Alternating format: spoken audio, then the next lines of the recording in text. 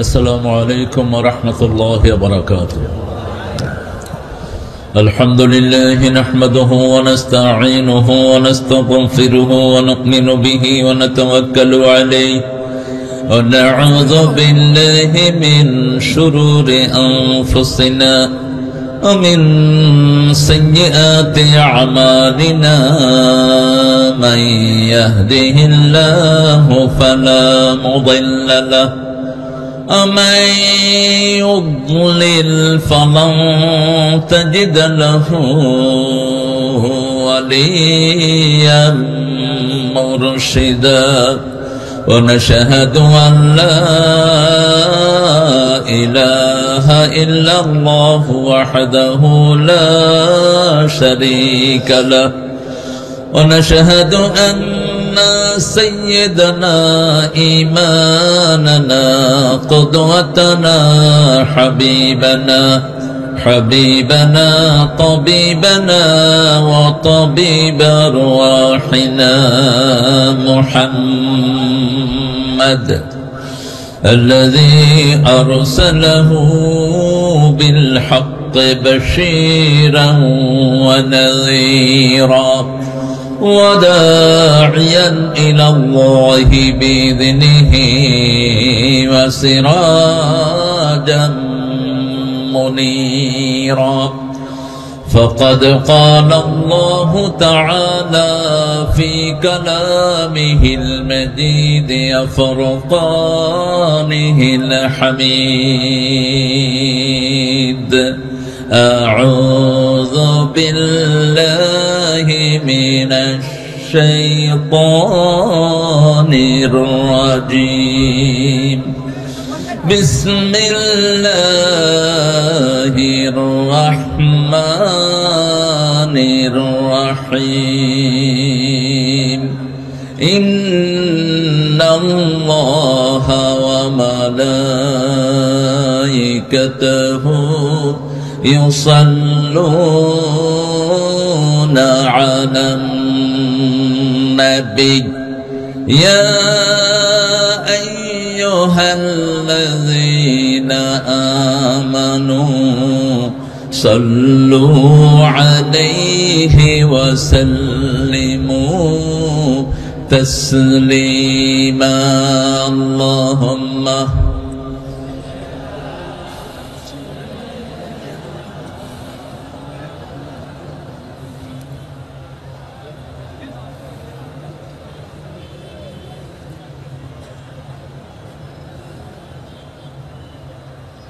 কেমন আছেন আপনারা? আলহামদুলিল্লাহ, আমিও আল্লাহর রহমতে ভালো আছি।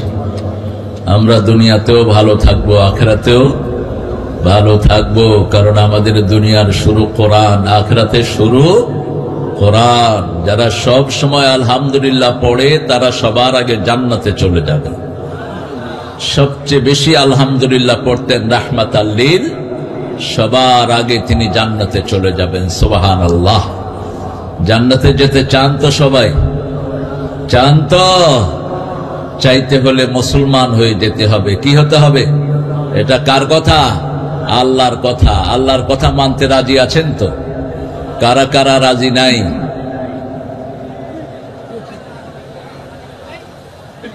দুনিয়াটা মেরুকরণ হয়ে যাচ্ছে। দুনিয়াতে একটা গ্রুপ চলে যাচ্ছে আল্লাহর পথে, আরেকটা গ্রুপ যাচ্ছে শয়তানের পথে। আপনারা এত লক্ষ লোক এখানে জমা হয়েছেন, আরো বহু লোক দোকানে আড্ডাবাজি করছে, ঠিক না ঠিক? বাজারের চিপায় চুপায় হাজার লোক আছে না নাই? কোন ভ্রুক্ষেপী নাই। মসজিদে নামাজ হয়, পাশে বসে বসে দোকানদারি করে, এরকম লোক বোধহয় কলারওয়ায় নাই। দুই দল, দুই গ্রুপের। যারা মসজিদে যায় না তারা কোন দলের? কোন দলের? শয়তানের দলের লোক। আর যারা মসজিদে যায় তারা কোন দলের লোক? আমরা আল্লাহর দলের থাকবো। রাজি আছেন তো? কারা কারা হাত তুলে দেখান মুসলমান?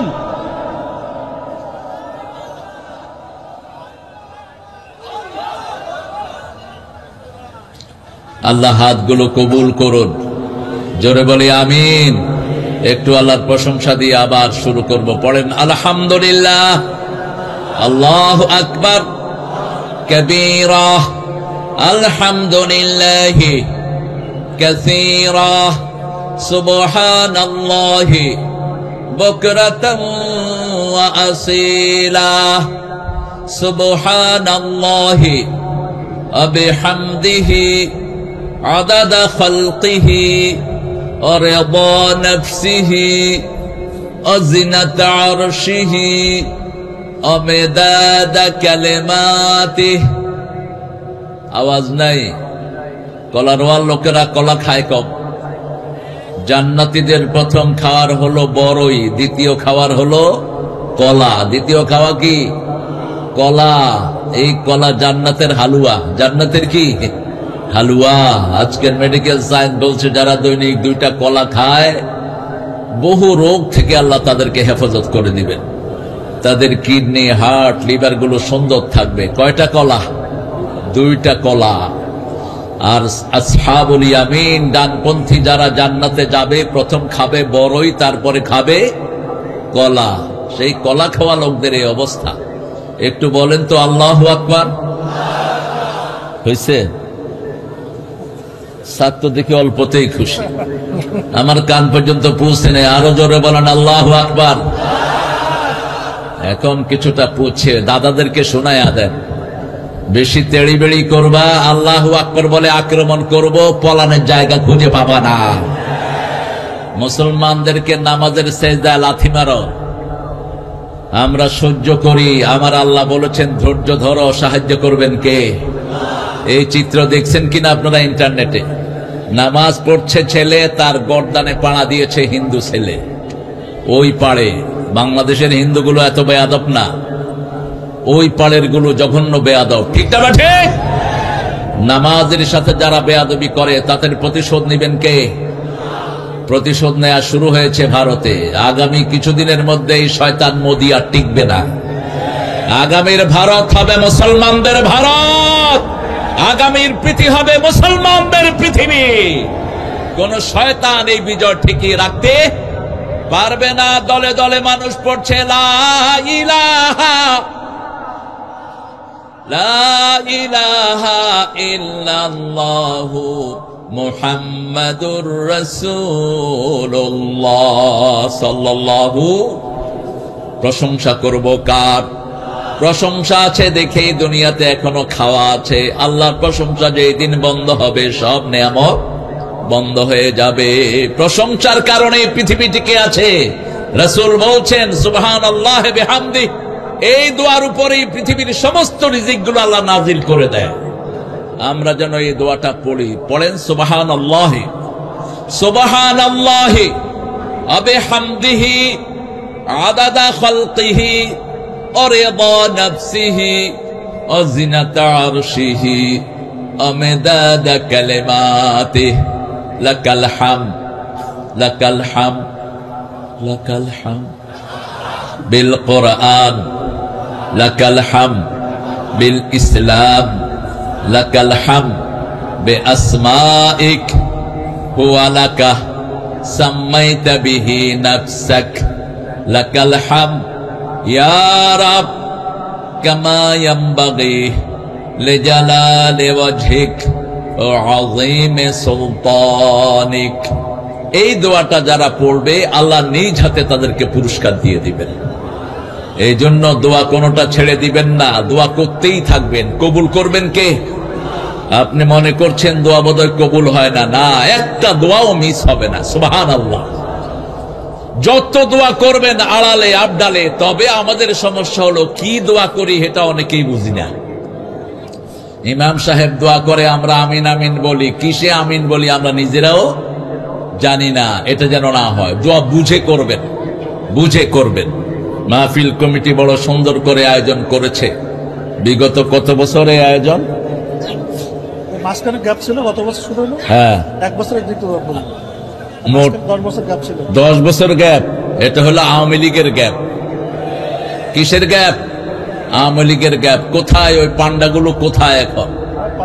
আল্লাহ জমিন থেকে নিষ্কাশিত করে দিয়েছেন। ঠিকটা ব্যাঠে? আপনাদের এই মুহাদ্দিস বেলালীর এই মাদ্রাসায় চাকরি ছিল, হেড মুহাদ্দিসের চাকরি নাই, ওরা চাকরি খেয়ে ফেলেছে। এখন পর্যন্ত চাকরিটা বহাল হয় নাই। তার মানে এখনো ওদের চেলা চামুন্ডা কিছু আছে না নাই? অনেক সুন্দর একটা আয়োজন এখানে হয়। এই মাঠে এসেছিলেন আল্লামা দেলোয়ার হুসাইন সাঈদী, আমি ছিলাম সাথে। 2 বার হুজুর এসেছিলেন এখানে। আল্লাহ তার কবরকে জান্নাতুল ফেরদাউস বানিয়ে দিক। নভেম্বর 2, 3, 4 2 তারিখে প্রথম দিন কে ছিল? হামজা। হামজা আসে নেই। হামজাকে কে কে নিষেধ করেছে? যারা নিষেধ করেছে তওবা করে মুসলমান হও। কোরআন শরীফ থেকে যারা নিষেধ করে এরা মুসলমান না, ফতুয়াকার। ফতুয়াকার। وقال الذين كفروا لا تسمعوا لهذا القرآن সূরা ফুসসিলাত। আল্লাহ বলছেন কাফেররা বলে কোরআন শুনো না। হামজা তুমি কার নিষেধাজ্ঞা শুনে আসলা না? তোমাকে আল্লাহর আদালতে আসামির কাঠ গড়ায় দাঁড়াতে হবে। গতদিন অনেক লোক তারা আলোচনা শুনতে এসেছিল, কেন তুমি আসলা না? কোন ছাগল তোমাকে নিষেধ করেছে? সেই নিষেধাজ্ঞায় তুমি কান দিলা কেন? আল্লাহ তাকে কোরআন অনুযায়ী চলার তৌফিক দান করো। যদি শরীয়তের কারণে না আসো আল্লাহ মাফ করবেন। আর যদি একজন বলেছে তুমি আসলা না, তুমি তওবা করো, তুমিও কবিরা গুনাহ করেছো। জামাল আসার কথা ছিল গতকাল, আজকে এসেছে, কাফারা দিয়েছে। আল্লাহ জামালকে কবুল করুন। জোরে বলেন আমিন। ডক্টর মাওলানা গুলজান হোসেন গতকাল এসেছিল। শিল্পীরা এসেছে, সবগুলো আসছে শিল্পীরা। ও আগামীকাল শিল্পী মেলা হবে এখানে। এই শিল্পীরা যেন সঠিক গজলগুলো গায়, আল্লাহ তাদেরকে তৌফিক দান করুক। তবে এখন একটা মজা আছে, চরমনায় আর জামাত এক হয়ে গেছে, ঠিক না? কথা কন না কেন? এখানে চরমনায় শিল্পীও আছে। শিল্পী বদরুজ্জামান না, আর কিছু আছে গোলালু। এগুলো কোন দলের আল্লাহ ভালো জানে, এগুলো আমিও চিনি না ঠিক মতো। গোলালু যখন যেটা তখন সেটা। কিছু গোলালু হুজুরও আছে। আওয়ামী লীগের সময়ও খুব রমরম অবস্থায় ছিল, কোনো মামলা খায়নি, এখনো আছে। তবে এই থাকা নয়, আল্লাহর কাছে তুই গিয়ে আসামির কাঠ গড়ায় দাঁড়াবি। অনেক সুন্দর আয়োজন। ইসলামী কলারওয়া ইসলামী পাঠাগার ও যুব সমাজ যুব কল্যাণ পরিষদের উদ্যোগে আজকের সভাপতি বেলারির সম্মানিত স্যার, আমাদের প্রিয় স্যার আলহাজ গোলাম রহমান সাহেব, আরো অনেক ওলামা হযরত এসেছেন। আমি যাদের ছাত্র হতে পারলে ধন্য হতাম। এসেছেন এখানে স্কুলের প্রিয় স্যারেরা, প্রাইমারি, হাই স্কুল, কলেজ, ইউনিভার্সিটির স্যার, বিভিন্ন পেশায় জড়িত আবাল বিদ্যা বনিতা, পর্দার আড়ের মা বোনেরা এসেছেন, হিন্দু সম্প্রদায়ের ভাই বোনেরা যতজন এসেছেন, আল্লাহ সবাইকে কোরআনের জন্য কবুল করুক। আল্লাহ সবার জীবনের গুনাহগুলো মাফ করে দিক। আমরা এখানে এসেছি জান্নাতে যাওয়ার জন্য, ঠিক না বা ঠিক? আমরা কোরআন মানব তো? কোরআন যারা মানবে না তাদেরকে কোরআনই জাহান্নামে নিয়ে যাবে। অন্য কোনো কিতাব লাগবে না। কোরআন বলবে এটা আমার বন্ধু, এদেরকে আল্লাহ জান্নাত দিয়ে দেন। বিশেষ করে রাতে যারা সূরা মুলক পড়ে, রাতে রাসূল বলেছেন, কিন্তু দিনের যে কোনো অংশে পড়লেই হয়ে যাবে। সূরা মুলক এবং সূরা সিজদা রাসূল একসাথে পড়তেন, 2টা সূরা, 30 আয়াত। কয়টা আয়াত? 30 আয়াতের সূরা। রাসূল সাল্লাল্লাহু আলাইহি ওয়াসাল্লাম বলতেন, সূরা মুলক যারা পড়বে এই সূরা তাকে ছাড়া জান্নাতে যাবে না। আজকে রাতে আমরা শপথ করব, যতজন ভাই বোন এখানে আছি সবাই সূরা মুলকটা পড়বো। রাজি আছি তো? রাজি আছেন? দেখি কারা কারা পড়বেন না, হাত তুলে দেখা। আপনারা খুব ভালো মানুষ, এবার দেখান তো কারা কারা পড়বেন, একটু হাত তুলে দেখায় দেন। আল্লাহ আপনি এই হাতগুলো কবুল করেন। আরো চিৎকার করে বলেন আমিন। এই হাতের মধ্যে যারা না পড়ে আল্লাহর কাছে চলে যাবেন, পড়ার সওয়াব দান করে দিবেন কে? এই যে ওয়াদা দিলেন, আপনার ওয়াদা কবুল করলেন কে? এই জন্য প্রতি রাতে রাসূল সূরা বাকারার শেষ 2 আয়াত পড়তেন। 285 এবং 86 শেষ 2 আয়াত, 85 নম্বর আয়াতের ভিতরে আল্লাহ ঘোষণা দিচ্ছেন, আমানার রাসূলু বিমা উনজিলা ইলাইহি মির রাব্বিহি ওয়াল মুমিনুন কুল্লুন আমানা বিল্লাহি ওয়া মালাইকাতিহি ওয়া কুতুবিহি ওয়া রুসুলিহি লা নুফাররিকু বাইনা আহাদিম মির রুসুলিহি وقالوا سمعنا وأطعنا غفرانك ربنا وإليك المصير। আল্লাহ রাব্বুল আলামিন বলছেন, ঈমানের মধ্যে প্রথম রাসূলরা ঈমান এনেছেন, তারপরে মুমিনরা ঈমান এনেছেন। ঈমান কিসের উপর এনেছেন? আল্লাহর উপর, আখিরাতের উপর। ঈমান এনেছে ফেরেশতার উপর, নবীদের উপর। এরপরে আল্লাহ বলছেন, লা নুফাররিকু বাইনা আহাদিম মির রাসূলি, কোন নবীর মধ্যে আমরা পার্থক্য করি না। নবীর সুন্নাত যেখানে আমরা আছি, সব নবী আলাইহিস সালাম রাসূলের পদাঙ্ক অনুসরণ করেছেন। সব নবীদের একটাই দল। কয়টা? আরো জোরে বলেন। একটা দল। ওই দলের নাম কি? জোরে। ইসলাম। ইসলাম ছাড়া অন্য কোন দল কবরে চিনবে না। ঠিক না? ঠিক। কবরে যেতেই হবে। এই কমিটিতে বেলালী যাদেরকে নিয়ে কমিটি করেছেন, তাদের অনেকেই আজকে দুনিয়াতে। মজনু ভাই, আপনাদের এলাকার সুনামধন্য লোক, কাজী পরিবারের মজনু ভাই আজকে দুনিয়াতে। আব্দুল সাত্তার সাহেব, আপনাদের বাজারের ব্যবসায়ী, আজকে দুনিয়াতে। আমরাও সবাই চলে যাব। আমরা সবাই কোথায় যাব? কবরে যাব। কিন্তু কি নিয়ে যাব?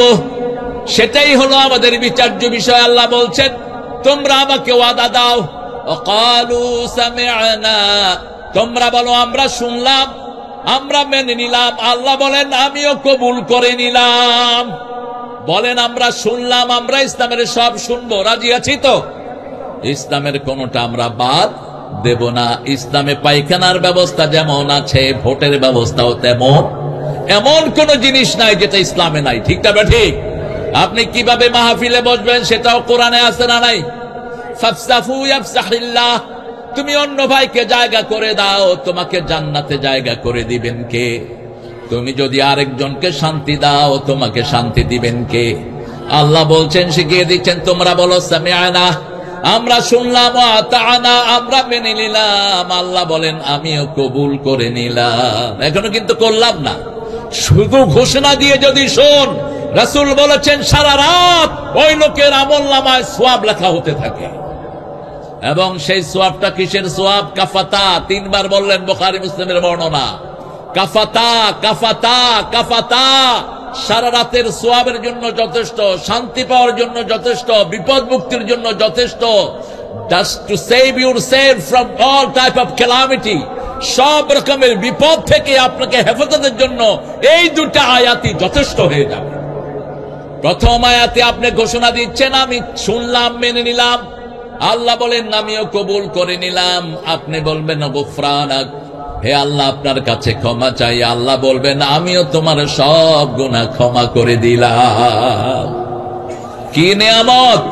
আমরা প্রত্যেকে ওয়াদা দেই, হে আল্লাহ, বাকি জীবন আপনার হুকুমের বাহিরে একটুও যাব না। রাজি আছি তো?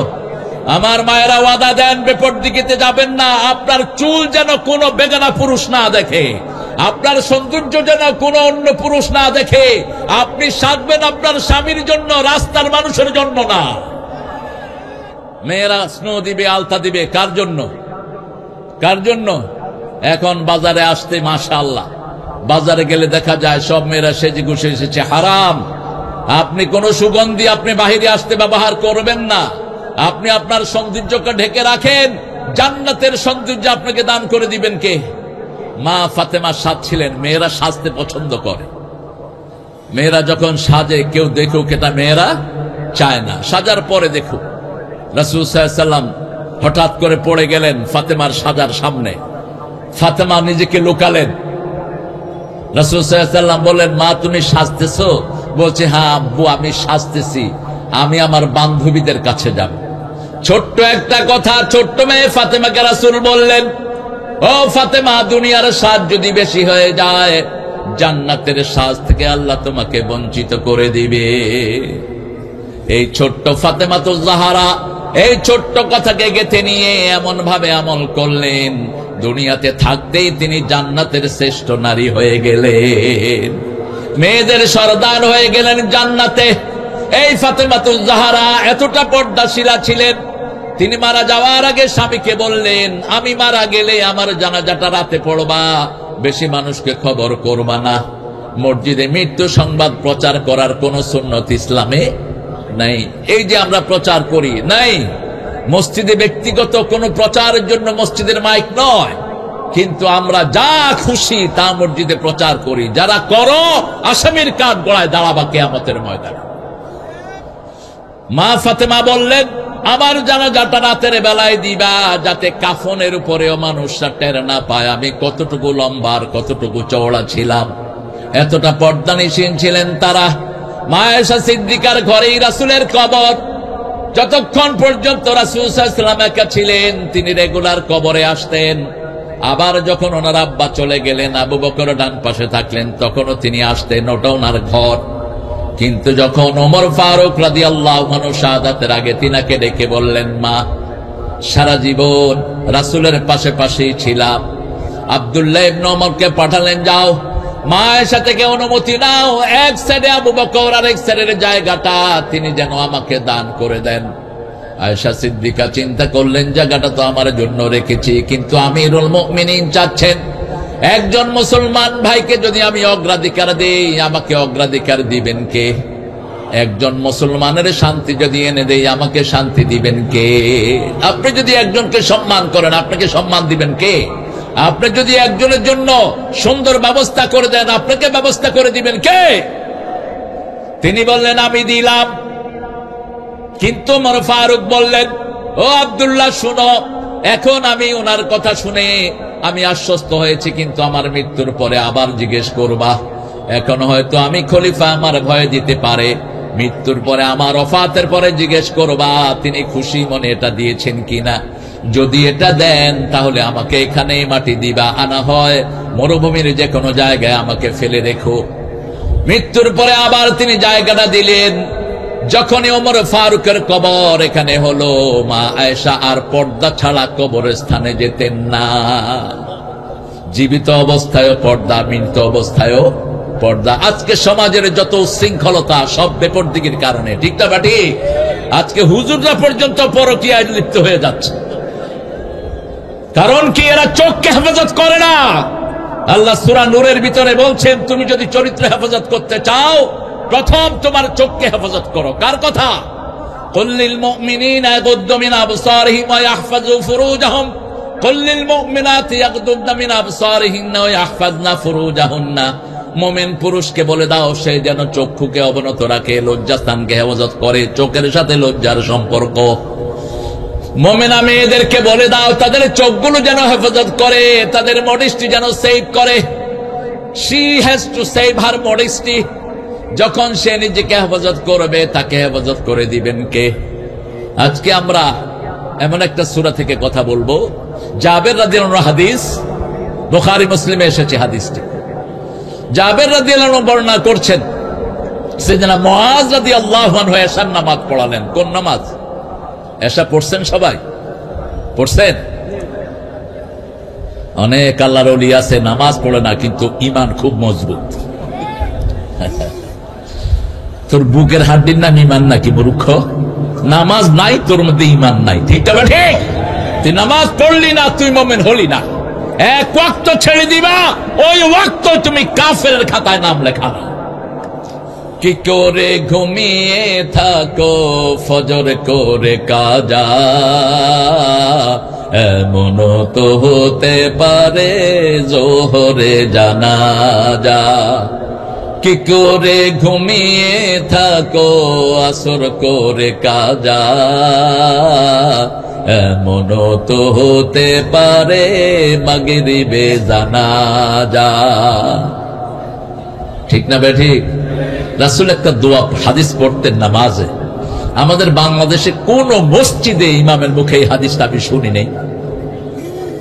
কি পড়ে নেই না শুনে নেই নাকি? রাসূল প্রত্যেক ওয়াক্তে নামাজে বলতেন, সল্লু সালাতাল ওয়াদা। তোমরা বিদায়ী নামাজ পড়ো। কি নামাজ? কি নামাজ? বিদায়ী নামাজ।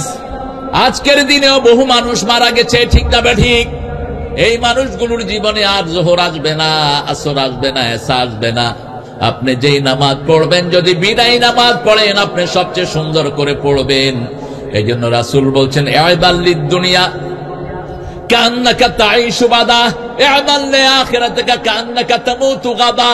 দুনিয়ার জন্য কাজ করবে যখন, এমন ভাবে করো যেন তুমি চিরস্থায়ী বেঁচে থাকবা। রাস্তাগুলো এমন ভাবে করবেন যাতে রাস্তাগুলো 100 বছরে নষ্ট না হয়।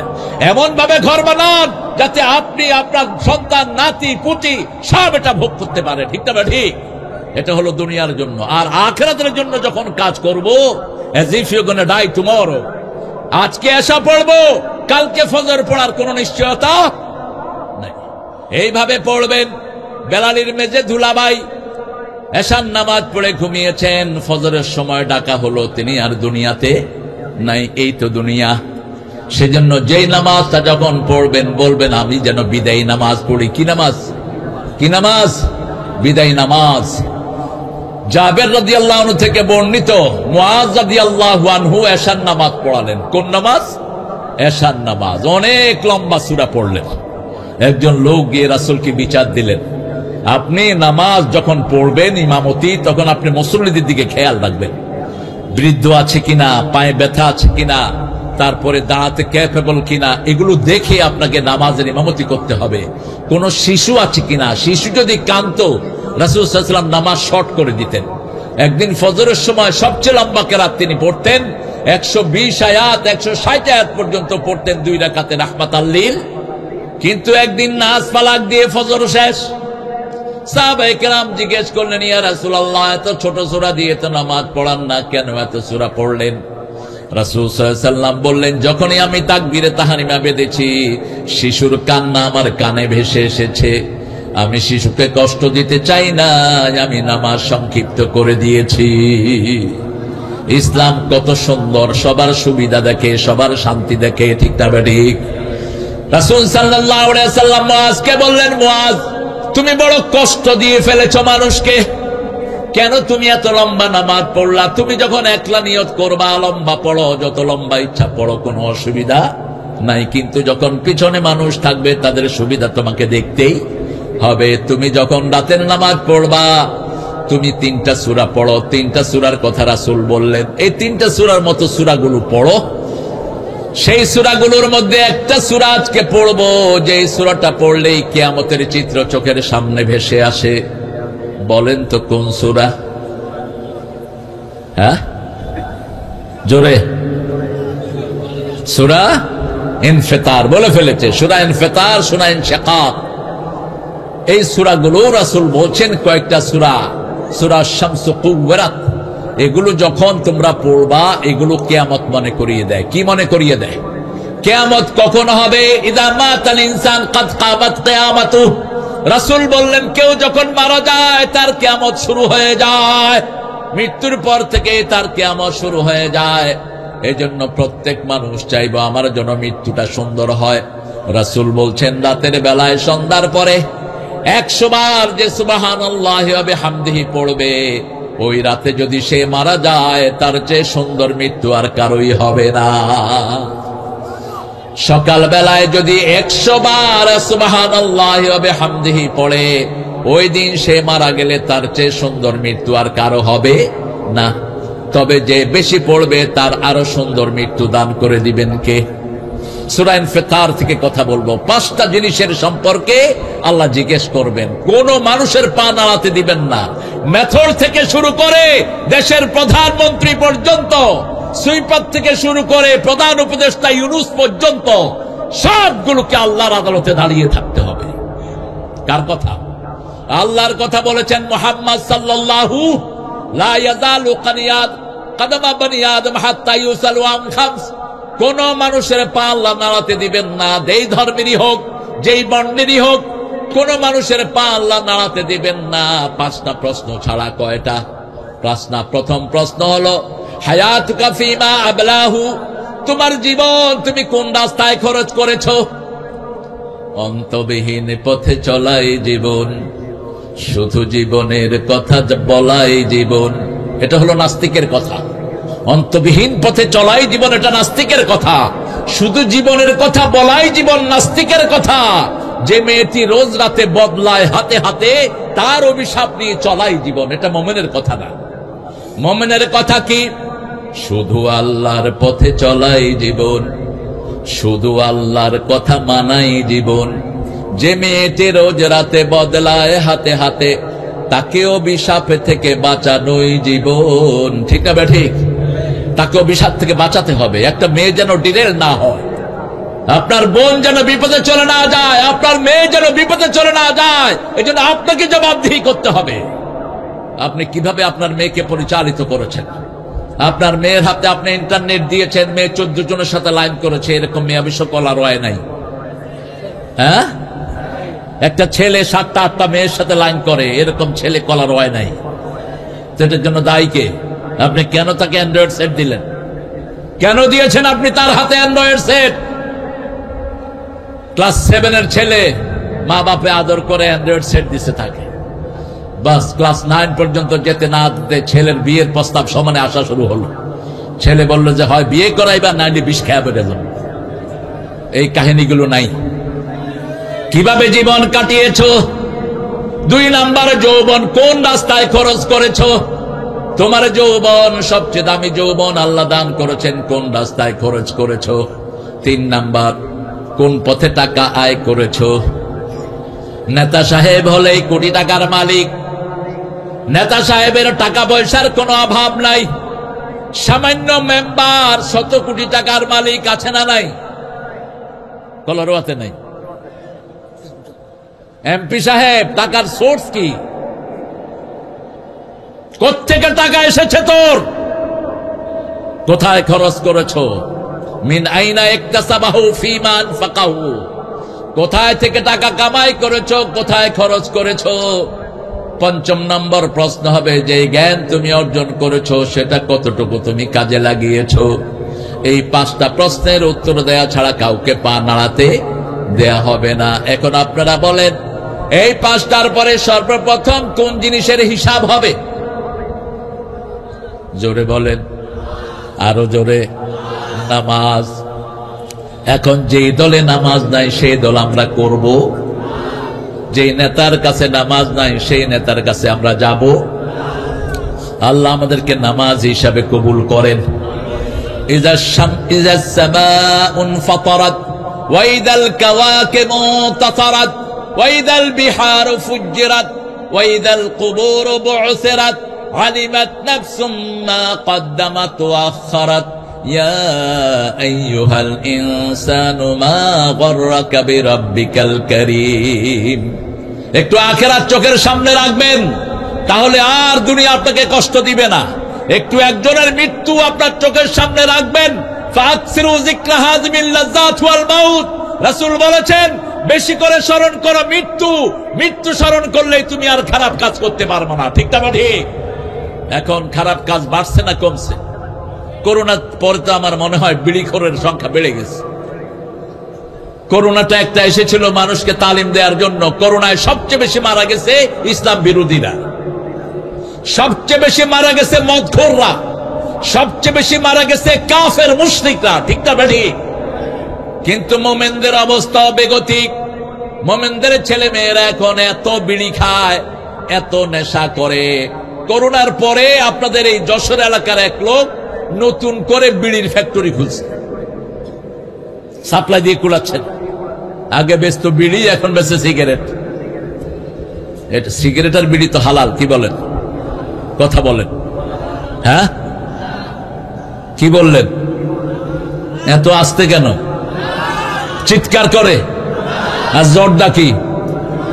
জর্দা যে হুজুররা খায় মোকরু। কিসের মোকরু? তুমি সিগারেটের ভিতরে যেটা দেয় জর্দার ভিতরেও সেটাই, একই জিনিস। ও তো পোড়ায়া খায়, তুমি তো চাবায়া খাও। তুমি ওই পোড়ানোর চেয়ে বড় ডাকায়। নিষেধ, এই সেবনগুলো নিষেধ। মেডিকেল সায়েন্স হুজুরদের ফতোয়া নয়। মেডিকেল সায়েন্স ফতোয়া দিচ্ছে বিড়ির ভিতরে 1100 রোগ। 1100 রোগ দৈনিক পৃথিবীতে, সারা পৃথিবীতে কয়েক হাজার লোক মারা যায় শুধু বিড়ির ধোঁয়ার কারণে। বছরে 22 থেকে 23 লক্ষ লোক মারা যায় সিগারেটের ধোঁয়ার কারণে। তোমরা যারা সিগারেট বিক্রি করো, তোমরা যারা সিগারেট খাও, এই খুনি হিসাবে তোমরা কিয়ামতের ময়দানে আদালতে দাঁড়াবা। আল্লাহ আমাদেরকে হেফাজত করুন। ইযাস সামাউন ফাতারাত, যখন আকাশটা বিদীর্ণ হয়ে যাবে। সূরা মুজাম্মিলের ভিতরে আল্লাহ বলছেন আস সামাউ মুনফাতিরুন বিহ, আকাশটাকে আল্লাহ বিদীর্ণ করে দিবেন। ইযাস সামাউন ফাতারাত ওয়া ইদাল কাওয়াকিবু ইনতাসারাত, তারাগুলো ছিটকে পড়ে যাবে। ওয়া ইদাল বিহারু ফুজ্জিরাত। ইবনে আব্বাস বলছেন সাগরের এক অংশকে আরেক অংশের উপর আছাড় মেরে দেয়া হবে। যেমন সুনামি হচ্ছে, এক সুনামিতে 25 লক্ষ লোক দুনিয়া থেকে বিদায়। ইন্দোনেশিয়ায় সুনামি হলো কেন? ইন্দোনেশিয়ায় হলো, ইন্দোনেশিয়া কয়েক হাজার দ্বীপের দেশ। ইন্দোনেশিয়া দ্বীপগুলোতে সবচেয়ে বেশি নোংরা কাজ হয়, সবচেয়ে বেশি উলঙ্গপনা হয়। ইউরোপিয়ানরা সমানে ওখানে এসে উলঙ্গপনা করে। আল্লাহ রাব্বুল আলামিন বলছেন রাসূলের মাধ্যমে, প্রত্যেকটি সাগর প্রতিদিন 5 বার আল্লাহর কাছে মানুষকে মেরে ফেলার অনুমতি চায়। কয়বার? 5 বার সাগর বলে, আল্লাহ আমার পারে যারা নোংরামি কাজ করছে, আমার পারে যারা জনগণের হক মারছে, আমার পারে যারা ক্ষমতায় বসে বসে দেশের সম্পদ চুরি করছে, একটু অনুমতি নেন, একটা থাপ্পড় মেরে এদেরকে দুনিয়া থেকে বিদায় করে দেই। আল্লাহ অনুমতি দিলেই সুনামি হয়ে যায়। সুনামি কি? এক অংশের পানি দিয়ে আরেক অংশকে না না দিও না বাবা। ভালো ছেলে, এই ছেলেটা ছোটবেলা থেকেই মাহফিলের সাথে জড়িত। সুনামি নিচের থেকে ভূমিকম্প করে দেয় সাগরের ভিতরে। একটু সামান্য ভূমিকম্প হয়ে যায়, ইজাস শামসু ওয়াইজাল বিহারু ফুজ্জিরাত, সাগরের পানিগুলো বগলি উপরের দিকে উঠে। এত উপরে উঠে বিভিন্ন রকমের অ্যানালাইসিস এখন করছে পানি বৈজ্ঞানিকেরা। সাগরের নিচেও আরো সাগর আছে। রাসূল সাল্লাল্লাহু আলাইহি ওয়াসাল্লাম বলছেন, তাহতা কুল্লা বাহার নার ওয়া কুল্লা নারিন বাহার, প্রত্যেকটা সাগরের নিচে আগুন আছে, আগুনের নিচে আবার সাগর আছে। 1400 বছর আগে বললেন রাহমাতাল লিল আলামিন, সাগরের নিচে যে আগুন আছে, এটা কি দিয়ে আমরা বুঝি? সাগরের পানিগুলো শীতকালে একটু গরম থাকে, ঠিক না ঠিক? কথা বুঝতেছেন তো? সাগরের পানিগুলো একটু গরম থাকে। কে গরম করে দেয়? কে? তিনি আল্লাহ রাব্বুল আলামিন গরম করে দেন। ইযাস সামাউন ফাতারাত ওয়া ইদাল কাওয়াকিবু ইনতাসারাত ওয়া ইদাল বিহারু ফুজ্জিরাত ওয়া ইদাল কুবুরু বু'সিরাত, সব কবরগুলোকে খুলে দেয়া হবে। কবরগুলো থেকে মানুষগুলো পঙ্গপালের মতো বেরিতে থাকবে। যারা দুর্মন্তাসের পোক, যেমন বৃষ্টি হলে মাটি ফুড়ে ফুড়ে বের হয়, এই যে আমরা যেখানে বসে আছি এটার নিচে যে হাজার হাজার মানুষের কবর নাই, তার কোনো নিশ্চয়তা নাই। সারা পৃথিবী, বিশেষ করে বাংলাদেশ ভাটির দেশ, এই দেশে ছিল পুরাটাই সাগরের নিচে। আস্তে আস্তে করে আল্লাহ রাব্বুল আলামিন সাগর সরিয়ে দিয়ে পুরা দেশটাকে বাসের উপযুক্ত করে দিয়েছেন। আবার যে কোনো সময় এই দেশটাকে সাগরের নিচে তলিয়ে দেওয়ার ক্ষমতা রাখেন কে? কি অসাধারণ শক্তি তিনার। রাসূল সাল্লাল্লাহু আলাইহি ওয়াসাল্লাম বলছেন, সুলুসুল ইয়ামুত, সুলুসুল ইয়াকতুল, সুলুসুল ইয়াবকা। টোটাল জনগোষ্ঠীর 3 ভাগের 1 ভাগ। এখন 850 জনগোষ্ঠী যদি হয় পৃথিবীতে, 850 কোটি, তাহলে 3 ভাগের 1 ভাগ মারা যাবে, 3 ভাগের 1 ভাগ খুন করা হবে, 3 ভাগের 1 ভাগ বাকি থাকবে। রাসায়নিক যেই রকমের অস্ত্র বিভিন্ন পরাশক্তি বানিয়েছে, একটা যদি বাস্ট হয়, আপনি দেখবেন এক মহাদেশের অধিকাংশ মানুষ মৃত্যুর কোলে ঢলে পড়বে, ঠিক না ঠিক? যা যা তারা তৈরি করছে, নিজেদের আগুনে নিজেরাই পুড়ে মরবে। আল্লাহ রাব্বুল আলামিন বলছেন, তোমাদের শেষ ডেস্টিনেশন হলো কবর। কবর থেকে তোমাদেরকে উত্থিত করা হবে। এই কবরে 2 প্রকারের লোক যাবে। এক প্রকারের লোক হবে আসহাবুল ইয়ামিন, আসহাবুল ইয়ামিন, যারা ডানপন্থী। কোন পন্থী? ডানপন্থী। ডানপন্থীদের প্রথম কথা হলো লা ইলাহা, প্রথম কাজ হলো নামাজ। প্রথম কাজ কি? নামাজ। আযান হলে এরা কোথায় যাবে? মসজিদে যাবে। এরা নামাজ পড়বে, জীবনের চেয়ে সুন্দর করে নামাজ পড়বে। কখনো এরা নামাজ কাজা করবে না। ডানপন্থীদের শ্রেষ্ঠ নমুনা হলো তারা ইসলামী পোশাক পরবে, মহিলারা পর্দায় থাকবে। এটাই হলো ডানপন্থীদের নমুনা। এই ডানপন্থীদেরকে আল্লাহ বলছেন, আমি প্রথম তাদেরকে বড়ই খাওয়াবো। কি খাওয়াবেন? বড়ই খাওয়াবো, কান্দি কান্দি কলা খাওয়াবো, ছায়ায় বসাবো, তারপরে পানি খাওয়াবো। আর হিন্দু মাইথোলজিতে বলে, ভরা পেটে ফল, খালি পেটে জল। এটা ইসলাম বিরোধী। ভরা পেটে জল, খালি পেটে ফল, এটা হলো আল্লাহর কোরআন। কিন্তু রাসূল বলছেন, খাওয়ার সাথে সাথে পানি খাবা না। যে কোনো খাওয়ার আধা ঘন্টা পরে তুমি পানি নিবা। আজকের মেডিকেল সায়েন্স বলছে যারা খাওয়ার আধা ঘন্টা পরে পানি নেয় এদের খাওয়া কখনো বদহজম হয় না, এদের পেট কখনো ডিস্টার্ব করে না, এদের খাওয়াগুলো সঠিকভাবে তাদের পাকস্থলী হজম করতে পারে। আলহামদুলিল্লাহ। 1400 বছর আগে বলছেন রাহমাতাল লিল আলামিন, সেই নবীর রাহমত যা বলেছেন সবই বিজ্ঞান।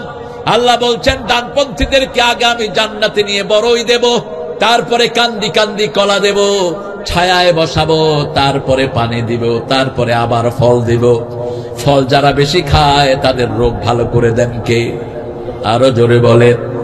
আর বাংলাদেশের মতো ফল, বিশেষ করে কলারোয়াতে তো ফল নাই, এখন আমও হয়, সব হয়। কি নিয়ামত আল্লাহ ভরে দিয়েছেন, আলহামদুলিল্লাহ বলে।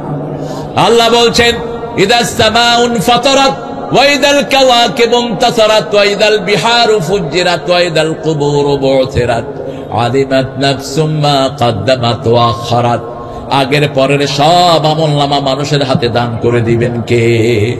সব জেনে যাবে। আজকের বিজ্ঞান বলছে 48 সেকেন্ডে মানুষ 80 বছরের সমস্ত স্মৃতি তার মনে আনতে পারে। কত সেকেন্ড? 48 সেকেন্ড, 1 মিনিটও না। অর্থাৎ আপনার এই ব্রেনটি 10,000 সুপার কম্পিউটার চেয়ে ফাস্ট। কম্পিউটার যত তাড়াতাড়ি আপনাকে সিগন্যাল দিবে তার চেয়ে 1000 গুণ তাড়াতাড়ি সিগন্যাল দেয় কে? ব্রেন। যেমন আপনি রাতের বেলায় রাস্তা দিয়ে হাঁটছেন, হঠাৎ করে দেখলেন ফস করে উঠলো কি জানি, আপনি তাকালেন, তাকাই দেখলেন যে গোখরা, এরকম ফনা ধরে সাপটার নাম কি? গোখরা। আপনার ব্রেন সাথে সাথে বলবে দৌড় মার। আশেপাশে কে আছে দেখার সময় নাই, কি দিবেন? দৌড় দিবেন। মুহূর্তের মধ্যে কাজগুলো হয়ে যাচ্ছে। সেকেন্ডের অনেক কম সময়ে আপনি কাজ করে ফেলছেন। কালাহমিল বাসারে আও আকরাব। আল্লাহ বলছেন চোখের পলক ফেলতে যত সময় লাগে তার চেয়ে দ্রুত কাজ করে ফেলেন কে? আল্লাহ। সে আল্লাহ রাব্বুল আলামিন বলছেন এইভাবে তুমি তোমার ব্রেনকে আমি এতটা সেন্সার ক্ষমতা দিয়েছি, মুহূর্তের মধ্যে তোমার ব্রেন সব করে ফেলে। আপনি যখন দেখলেন সাপটা হলো ধোঁড়া সাপ। কি সাপ? ধোঁড়া সাপ, যেটার বিষ নাই, এটারে কি বলেন? ধোঁড়া সাপ। তখন আপনার ব্রেন বলবে এটার বিষ নাই, লেজ ধরে ঘুরা, লেজ ধরে ঘুরা। বাস, এই মুহূর্তের মধ্যে হয়ে যাচ্ছে কাজ। সেই আল্লাহ রাব্বুল আলামিন বলছেন তুমি জানতে পারবা কি কি আমল তুমি করেছো। আমরা বললাম আল্লাহ কি কি আমল আমরা করেছি আমরা কেমনে জানবো? সূরা জিলজালের ভিতরে আল্লাহ বলছেন ফামাইয়া আমাল মিসকালা যাররাতিন খায়রান ইয়ারাহু ওয়া মাইয়া আমাল মিসকালা যাররাতিন শাররান ইয়ারাহু। তোমরা যারা পরিমাণ যে আমল করেছো কি হয়েছে? বসো। হ্যাঁ, তো যাও, নিয়ে যাও। হ্যাঁ রে আল্লাহ রে। জাররা কাকে বলে? রাসুন নামলা। বালি উড়িয়ে দিলে ভারীটা নিচে পড়ে যায়, আর যেটা বাতাসে ঘুরে বেড়ায় খালি চোখে দেখা যায় না, এটার নাম কি? এটার নাম জাররা। এটাও আল্লাহ বলছেন এই সামান্য পরিমাণ আমল তোমার হাতে আমি দিয়ে দেব, তুমি সেই আমলটা দেখবা, ভালো আমল দেখে তুমি খুশি হয়ে যাবা। কলরোয়া ফুটবল ফিল্ডে কোরআন তাফসির হয়েছে, হাজার লক্ষ লোক এখানে জমা হয়েছে। হিন্দু ভাইয়েরও এক কোনায় বসে শুনেছে, শুনে শুনে মনে স্থির করেছে কোরআন ছাড়া কোন দল আমি করব না। সাথে সাথে তার গুনাহ মাপের সিদ্ধান্ত নিয়েছেন কে? বুখারীতে হাদিস, রাসূল বলছেন one man was passing by this congregation. একজন মানুষ এই মাহফিলের পাশ দিয়ে যাচ্ছিলেন। Suddenly he has seen lot of people gathering here to listen to the Quran. লক্ষ মানুষ এখানে জমায়েত হয়ে কি যেন শুনছে, সেও দাঁড়িয়ে গেল। সে মাহফিলের জন্য আসে নাই। ফেরেশতারা জিজ্ঞেস করবে আল্লাহ এই লোকটার মাথা থেকে পায়ের তালু পর্যন্ত গুনাহ, কিন্তু কোরআনের বাগানে দাঁড়িয়ে আছে, আপনি তাকে মাফ করবেন কিনা? আল্লাহ বলবে, আল্লাহ জিজ্ঞেস করবেন সে আমাকে দেখেছে কিনা? না। আমার জান্নাত দেখেছে না, জাহান্নাম দেখেছে না? দেখে নাই। ও ফেরেশতারা তোমরা সাক্ষী থেকে যাও, না দেখে আমার কোরআনকে ভালোবেসে যখন সে দাঁড়ালো তার জীবনের গুনাহও আমি আল্লাহ মাফ করে দিলাম। এই জন্য এই মাহফিল গুলো হোক। আপনারা চান তো? এই মাহফিলের বিরুদ্ধে যারা কথা বলবে তারা আল্লাহর দুশমন, রাসূলের দুশমন। ঠিক না ঠিক? আমাদের জীবন দিয়ে হলেও আমরা কোরআনের মাহফিল দিয়ে রাখবো। রাজি আছেন না নাই? হাত তুলে দেখিয়ে দাও মুসলমান।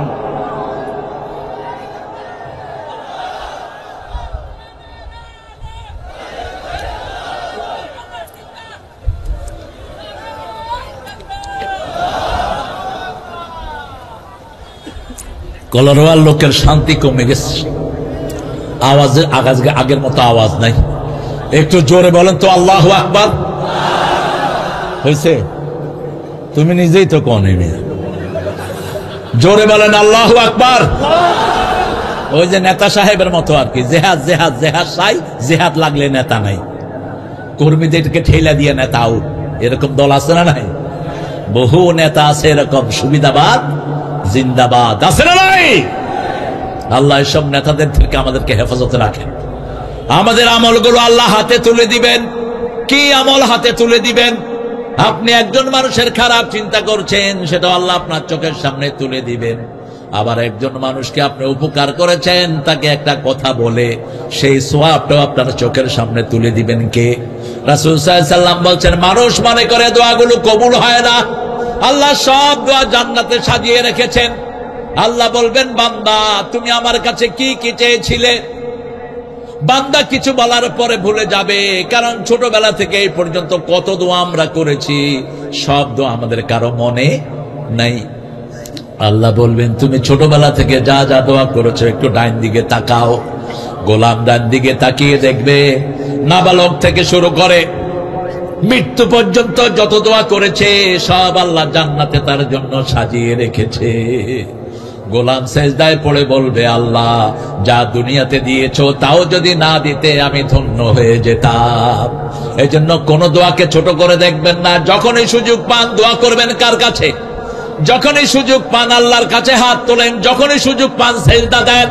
সেজদা যত বেশি তার দাম আল্লাহর কাছে তত বেশি।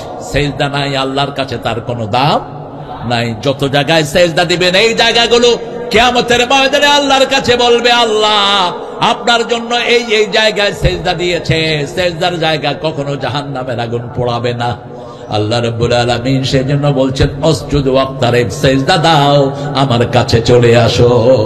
আলিমাত নাফসুম মা কদ্দামাত তাআখারাত ইয়া আইয়ুহাল ইনসানু মা গাররাকা বিরাব্বিকাল কারীম।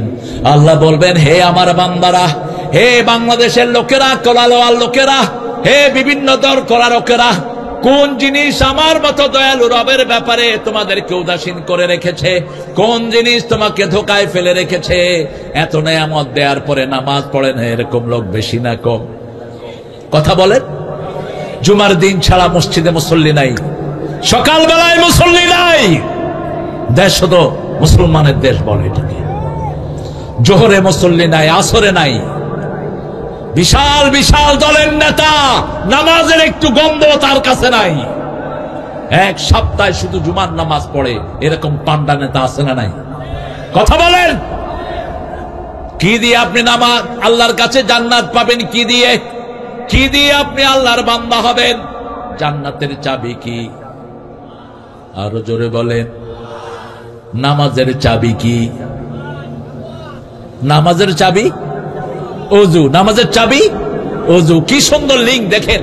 রাসূল সাল্লাল্লাহু আলাইহি ওয়াসাল্লাম ওযু করতেন, ওযুর পানি কখনো মুছে ফেলতেন না। আমরা তো পাগল হয়ে মুছি ওযুর পানি। রাসূল সাল্লাল্লাহু আলাইহি ওয়াসাল্লাম বলছেন, ওযুর পানি যদ্দূর যাবে ওদ্দূর কিয়ামতের ময়দানে সূর্যের চেয়ে আলোকিত হয়ে যাবে। সাহাবায়ে কেরাম জিজ্ঞেস করলেন, বিশেষ করে মা আয়েশা বললেন, ইয়া রাসূলুল্লাহ, কিয়ামতের ময়দানে আপনার উম্মত আপনি কিভাবে চিনবেন? রাসূল সাল্লাল্লাহু আলাইহি ওয়াসাল্লাম বললেন, চিত্রা ঘোড়া যেমন ঘোড়ার মাথা দেখে চেনা যায়, আমার ওযু করা উম্মত গুলোর চেহারা দেখে আমি তাদেরকে চিনে নেব। এখন আপনার অবস্থা হলো, নজরুল বলছে, ঘুমাইয়া কাজা করেছ ফজর, তখনও জাগনি যখন জোহর, হেলায় খেলায় কেটেছে আসর, মাগরিবের ওই শুনিয়া যান, এখনো জমাতে হওয়ার শামিল, এখনো এসাতে আছে স্থান। বাজিছে দামামা বাদরে আমামা, শির উঁচু করি মুসলমান, দাওয়াত এসেছে নয়া জামানার, ভাঙা কেল্লায় উড়ে নিশান। আজকে এই মাঠে বসে ওয়াদা করব, নিজে নামাজ ছাড়বো না, ছেলে মেয়েদেরকে নামাজের বাহিরে রাখবো না। রাজি আছে মুসলমান? এক ওয়াক্ত নামাজ আর ছেড়ে দেব না। একটু হাত তুলে দেখা দেই, বলেন, হে আল্লাহ, হে আল্লাহ, আপনার নামে ওয়াদা করছি, জীবনে আর কোনদিন ফরজ নামাজ, ফরজ রোজা, ফরজ পর্দা, ফরজ কুরআন মানা ছেড়ে দেব না। আমিন ইয়া রাব্বাল আলামিন। হাত তুলুন আমার। আহারে, আমাদের দেশ একটা শান্তির দেশ, যেই আসে সেই লুট করে। এখন যিনারা আছেন ওনারা কি ভালো? কথা কর না কেন?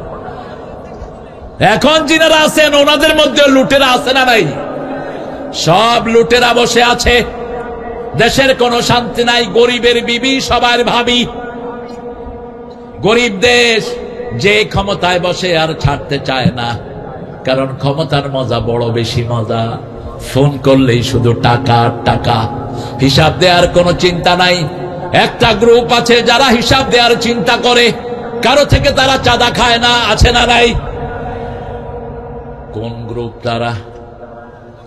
আর জোরে বলেন। এই এলাকায় এমপি ছিলেন একজন শেখ, কি নাম? কি নাম? কেমন ছিলেন? আপনারা এত লক্ষ লোক সার্টিফিকেট দেন, কেমন ছিলেন? কারো থেকে কোনো চাঁদাবাজি করেন নাই। চাঁদাবাজ কখনো আল্লাহ জান্নাতে যেতে পারবে না। খবরদার চাঁদাবাজি যেন না করে। হ্যাঁ, আপনার টাকার দরকার, আপনি ব্যবসা করেন। আপনার টাকার দরকার, আপনি আল্লাহর কাছে বলেন, টাকার ব্যবস্থা করে দিবেন কে? আল্লাহর কাছে সব রকমের জিনিস আছে না নাই? আপনাদের এই কলারোয়াতে কত ব্যবসা এখন। কলারোয়া, আগের কলারোয়ার চেয়ে এখন কলারোয়া লোকজন বাড়ছে না কমছে? হায় রে, দোকান যেদিকেই তাকায় দোকান আর দোকান, মানুষ আর মানুষ। মানুষ যখন বাড়ে ব্যবসাও বাড়ে। আল্লাহর সবচেয়ে বড় নেয়ামত হলো মানুষ। সবচেয়ে বড় নেয়ামত কি? মানুষ। মানুষ বেশি যেখানে প্রাণ বেশি সেখানে আল্লাহ রাব্বুল আলামিন বলছেন, কোন জিনিস আমি রবের ব্যাপারে তোমাকে উদাসীন করে রেখেছে, আমি রবের দাওয়াত যদি তুমি গ্রহণ করো, আমি রবের উপরে যদি তুমি ইস্তেকামত করো, রব যা বলেছে সেটার উপরে যদি তুমি থাকো, দুনিয়ার কোনো চিন্তা তোমার থাকবে না, আখিরাতের দুশ্চিন্তা হবে না। কার কথা? আল্লাহ ওয়াদা দিয়েছেন, ইন্নাল্লাযীনা ক্বালু রাব্বুনাল্লাহু সুম্মা ইসতাকামু তাতানাজ্জালু আলাইহিমুল মালায়েকা আল্লা তাখাফু ওয়া লা তাহজানু ওয়া আবশিরু বিল জান্নাতিল্লাতী কুনতুম তুআদুন। আল্লাহ বলছেন সূরা ফুসসিলাতের ভিতরে, যারা আমাকে রব মানে, মা গাদলাকা বিরাব্বিকাল কারীম, নামাজে ঢুকলেই আগে রবের কথা শিখিয়ে দিচ্ছেন কে? কারণ কবরে গেলেই প্রথম রবের প্রশ্ন আসবে। এই জন্য হাত তুলে আমরা বলি আলহামদুলিল্লাহ, প্রথম হাত তুলে বলি আল্লাহু আকবার, এরপরে নামাজ শুরু করে বলি আলহামদুলিল্লাহি রাব্বিল আলামিন। দীর্ঘ সময় কেরাত পড়ি, রুকুতে গেলেই আল্লাহ বলেন, এখন কি বলে আমাকে ডাকবা? আমরা ডাকতে থাকি সুবহান রাব্বিয়াল আযীম। এরপরে রুকু থেকে উঠে ইমাম বলে সামি আল্লাহু লিমান, আমরা বলি রব্বানা লাকাল। আল্লাহ বলেন, নবী বলে দাও, যারা বলে রব্বানা লাকাল হামদ, আমি তাদের জীবনের সব গুনাহগুলো মাফ করে দে। ইসলামের মতো এত গুনাহ মাফ কোন ধর্মে নাই। আহারে, তোমাদের তো দলিল নাই। আর দুনিয়া বিদ্যালয়, আখিরাত বিদ্যালয়। এই যে জমিনে বসে আছেন, এটা দলিল আছে না নাই? আপনার বাড়ির জমির দলিল আছে না নাই? তো আপনি দলিল ছাড়া কোথায় যান? হিন্দু ভাইদের পূজারও কোনো দলিল নাই। তাদের 7টা কিতাবের একটার ভিতরেও পূজার কোনো কথা নাই। হিন্দুরা তো পূজা করে করে, সেখানে গিয়ে কি মুসলমানরা কয় তোমাদের পূজা খুব সুন্দর। তুই বেটা মুসলমান, এদের পূজারে সাপোর্ট দেস কেমনে? তুই তুই তাদের নিরাপত্তার সাপোর্ট দিবি, যাতে তাদের ধর্মীয় স্বাধীনতায় কেউ হস্তক্ষেপ করতে না পারে। কিন্তু কোন মন্দিরে কোন মুসলমান ঢুকে ওটাকে সাপোর্ট করা হারাম, হারাম, হারাম। যারা গিয়েছ তওবা করে নিজের ঈমান সংশোধন করে না। আল্লামা সাইদি ধর্ম মন্ত্রণালয়ের চেয়ারম্যান ছিলেন। খালেদা জিয়াকে ধন্যবাদ জানাই। আল্লামা সাইদিকে হৃদয় দিয়ে ভালোবাসতেন তিনি। আজকে কি হলো? জামাত আর বিএনপির ভিতরে ঠোকাঠুকি, ঠোকাঠুকি। এটা বাদ দাও। এই ঠোকাঠুকি যদি তোমরা করো, অচিরেই ওই ফ্যাসিস্ট, ওই খুনি হাসিনা আবার আসবে।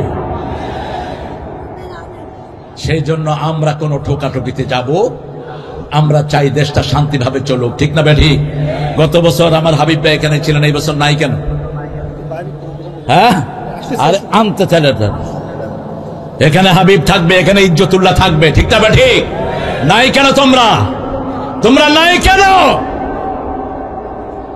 5ই আগস্ট পর্যন্ত তোমরা একসাথে কাঁধে কাঁধ মিলে আন্দোলন করেছো, যেখানে বিএনপি রক্ত সেখানে জামাতের রক্ত, ঠিক তবে ঠিক। যেখানে বিএনপি লোককে ফাঁসি দেওয়া হয়েছে সেখানেই জামাতের 5 জন আল্লাহর ওলিকে দুনিয়া থেকে বিদায় করা হয়েছে।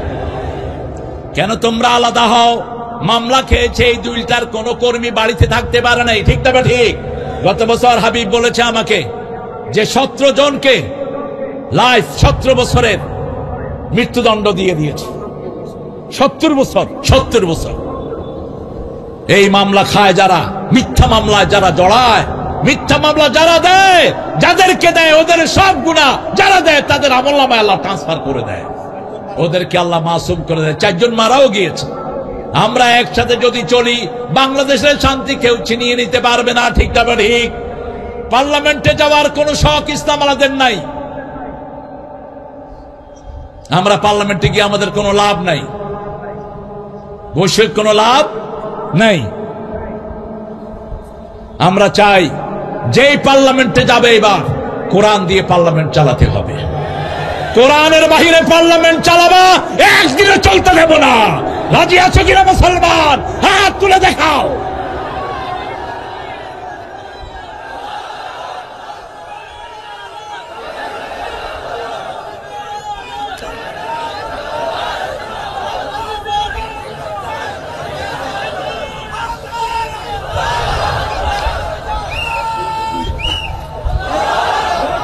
আমার প্রিয় ভাইয়েরা, ডানপন্থী আন্দোলন বলতে আমরা বিএনপিকে বুঝাই, ঠিক না ঠিক? কেন?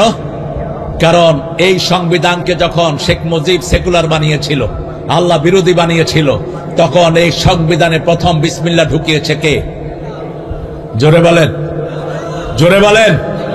এই সংবিধানের উপর তিনি লিখেছেন আল্লাহর উপর অবিচল আস্থা ও বিশ্বাস।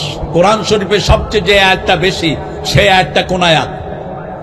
বিসমিল্লাহির রহমানির রহিম। সেজন্য আমরা পরস্পর যেন একসাথে থাকি। আমাদের একসাথে থাকাটাই চানকে।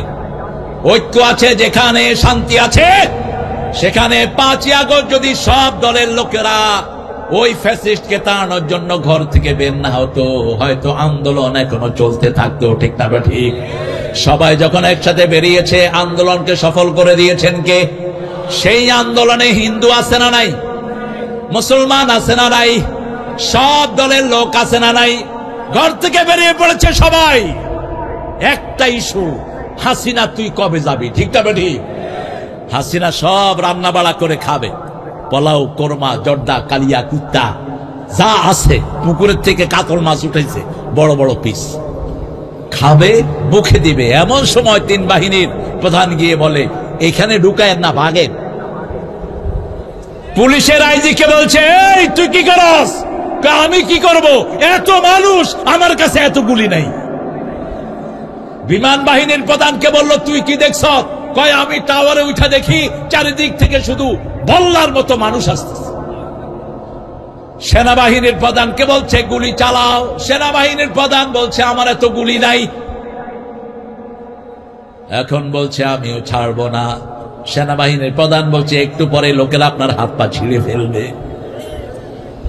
ছেলেকে বলল, ছেলে বলল এই ওয়াকার, তোরে আম্মা কি দেয় নেই?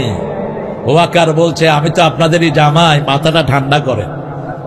আপনার আম্মারে কম তাড়াতাড়ি হেলিকপ্টারে উঠতে, তা না হলে ভাত খাবে না, ওনারে জনগণে খাইয়া ফেলবে। কিছুই হয় নাই তোমাদের। তোমরা যা জুলুম করেছো, জনগণ কোনো কিছু তোমাদের উপর অত্যাচার করে নাই, ঠিক না ঠিক? সব শান্তিপূর্ণ ভাবে পালিয়ে গেছো। পালানোর পরে যেটা মানুষের জিনিস মানুষ নিয়ে গেছে, ঠিক না ঠিক? যেমন যশোরে একটা বিল্ডিং বানিয়েছে এক শয়তান, জায়গাটাও অন্য মানুষের। ওই যে বিল্ডিং বানিয়েছে, বিল্ডিংটাও সব টাকা অন্য মানুষের। কি নাম জানি লোকটা? সব মুখস্থ। হ্যাঁ হ্যাঁ, ছাগলদার। এই বিল্ডিং ফালায় থুয়া বাগছে। এই বিল্ডিং এ কি আছে দখল করার জন্য পোলাপান উঠছে উপরে, নিচে দিয়া পোলাপানে দিছে আগুন। আন্দোলন যারা করছে হেরাও 7-8 জন উপরে কাবাব হয়ে গেছে। এই বিল্ডিংতে পোড়ানো ঠিক হয় নাই। রাসূল বলছেন কোন জায়গায় যখন বিজয় লাভ করবা, কোন স্থাপনা ভাঙবা না, কোন গাছের পাতা ছিঁড়বা না, কোন বাড়ি ভাঙবা না, রাস্তা ভাঙবা না। সবগুলো অক্ষত রাখো, যাতে অন্য মানুষ এটাকে ব্যবহার করতে পারে। ঠিক না বেঠি? আমি ওই বিল্ডিং দেখে বলছি এটার মাদ্রাসা বানায় দাও, এটাকে মসজিদ বানায় দাও। এই 12 তলায় যদি মানুষ নামাজ পড়ে, আল্লাহর দরবারে মানুষের ফরিয়াদ পুষবে, মানুষ শান্তি পাবে। ঠিক না বেঠি? নামাজের চেয়ে পবিত্র আর কিছুই নাই। কেন ভাঙলা? সব কিছুর জন্য একজনের কাছে দাঁড়াতে হবে। আল্লাহ রাব্বুল আলামিন বলছেন, ইয়াউমাইদিন তুহাদ্দিসু আখবারাহা। এই যে জমিনে এসে বসেছেন, কোন নিয়ত নিয়ে এসে বসেছেন, সেই জিনিসটাও জমিন কিয়ামতে বলে দিবে। আমরা দেখছি আমাদের চেহারাগুলো রেকর্ড করে সামান্য ক্যামেরা, কিন্তু আল্লাহর কোরআন বলছে এক একজন মানুষের সাথে হাজার হাজার ক্যামেরা ফিট করে রেখেছেন কে? আপনি যখন মুখ দিয়ে কথা, মিথ্যা কথা বলবেন, আল্লাহ জিজ্ঞেস করবেন তুই কি করেছিলি? হাসিনা কম। হাসিনা বলবে আমি তো কোনো দোষ করি নাই। এখনো তো বলে আমি কিচ্ছি, বলে না? আরে কথা বল না কেন? আমি কি করছি? আপনি কি করছেন? আপনি হাজার হাজার মানুষকে গুলি করে মেরেছেন, আপনি হাজার হাজার মামুনের ইজ্জত লুণ্ঠন করেছেন, আপনি লক্ষ লক্ষ কোটি বাংলাদেশ থেকে পাচার করেছেন। কয় আমি কি করেছি? আল্লাহ জিহ্বা বন্ধ করে দিবেন, জিহ্বা দিয়ে কোনো কথা বের করবেন না। সূরা ইয়াসিনের 65 নম্বর আয়াতে আল্লাহ বলছেন, আল-ইয়াওমা নাখতিমু আলা আফওয়াহিহিম ওয়া তুকাল্লিমুনা আইদিহিম ওয়া তাশহাদু আরজুলুহুম বিমা Kanu ইয়াকসিবুন। Today I will seal upon your mouth, your hand will speak out, your two feet will be doubtless for that. What have you done in your lifetime? আজকে মুখে সিল মেরে দিলাম। তোমার হাতকে বলবো হাত তুমি কথা বলো। এই হাত তোর হাত বলবে আল্লামা সাঈদীর মতো আল্লাহর প্রেমিককে 13 বছর তুই জেলখানায় ফেলে রেখেছিস। ঠিক না ঠিক? তারপরে তোর লোক দিয়ে ইনজেকশন দিয়ে তাকে দুনিয়া থেকে বিদায় করেছিস। আল্লামা সাঈদী রাহমাতুল্লাহ আলাইহি উত্থান হয়েছে এই সাতক্ষীরায়। এই সাতক্ষীরার বহু হাটে ঘাটে তিনি সাইকেল চালিয়ে ওয়াজ করেছেন। তিনি নিজে আমাকে বলেছেন সাতক্ষীরাকে হৃদয় দিয়ে ভালোবাসতেন। কি নাম? আল্লামা সাঈদী। আপনারা তাকে ভালোবাসেন তো? তিনি কোথায় যাবেন বলেন? আল্লাহ তাকে কোথায় দিবেন? আমরা আল্লাহর কাছে দোয়া করি, বলেন হে আল্লাহ, হে আল্লাহ, আপনার এই গোলামকে জান্নাতুল ফেরদাউসের শ্রেষ্ঠ মেহমান বানায়া দেন। এত কষ্ট করেছেন 13 বছর। এই টেবিলের চেয়ে ছোট একটা জায়গা, এতটুকু একটা জায়গাতে তিনি শুইতেন, তিনি থাকতেন। 3টা কম্বল তার শোয়ার জিনিস ছিল, তাকে দেয়া হয়েছে 3টা কম্বল। একটু রাষ্ট্রীয় কোন অতিথির মর্যাদাও তাকে দেয়া হয় নাই। কয়েদিরা নিজের কম্বল তাকে দিয়ে 4-5টা কম্বল দিয়ে তাকে বালিশ বানিয়ে দিয়েছে আর নিচে দিয়েছে। এই 13 বছর এই ছোট্ট জায়গায় থাকলেন, ডায়াবেটিসের রোগী, প্রেসারের রোগী। কিন্তু যখন বের করে আনলেন, মুখে কি? আহা, মুখে কি? চলে গেলে জান্নাতেরি হাসি উপহার, দিনের পথে চলবো মোরা এই তো অঙ্গীকার। দিয়ে গেলে জান্নাতেরি হাসি উপহার, আল্লাহর পথে চলবো মোরা এই তো অঙ্গীকার। সোলজার নামাচ্ছে গাড়ি থেকে পিজি হসপিটালে, বলছে হুজুর আপনি কেমন আছেন? কি অসাধারণ হাসি, পুরা মুখে হাসি। ঠিক না ঠিক? পুরা মুখে হাসি দিয়ে বলছে আপনি আমার খবর নিয়েছেন, আলহামদুলিল্লাহ। মুমিন যে কোনো অবস্থায় থাকে আল্লাহর প্রশংসা করলে তার নেয়ামত বাড়িয়ে দেন কে? অ্যারেস্টের 2 সপ্তাহ আগে তিনি খুলনা, 2 সপ্তাহ কি মাসখানেক আগে আমি নেমেছি যশোর এয়ারপোর্ট। তিনি আমাকে ফোন করলেন, তারেক, এইভাবে পাখরা জাদাই করে নাম ডাকতেন, তারেক আসসালামু আলাইকুম। কত বড় মানুষ, আমি তার ছাত্রের যোগ্য না। আগে সালাম। বড় মানুষের আগে কি দেয়?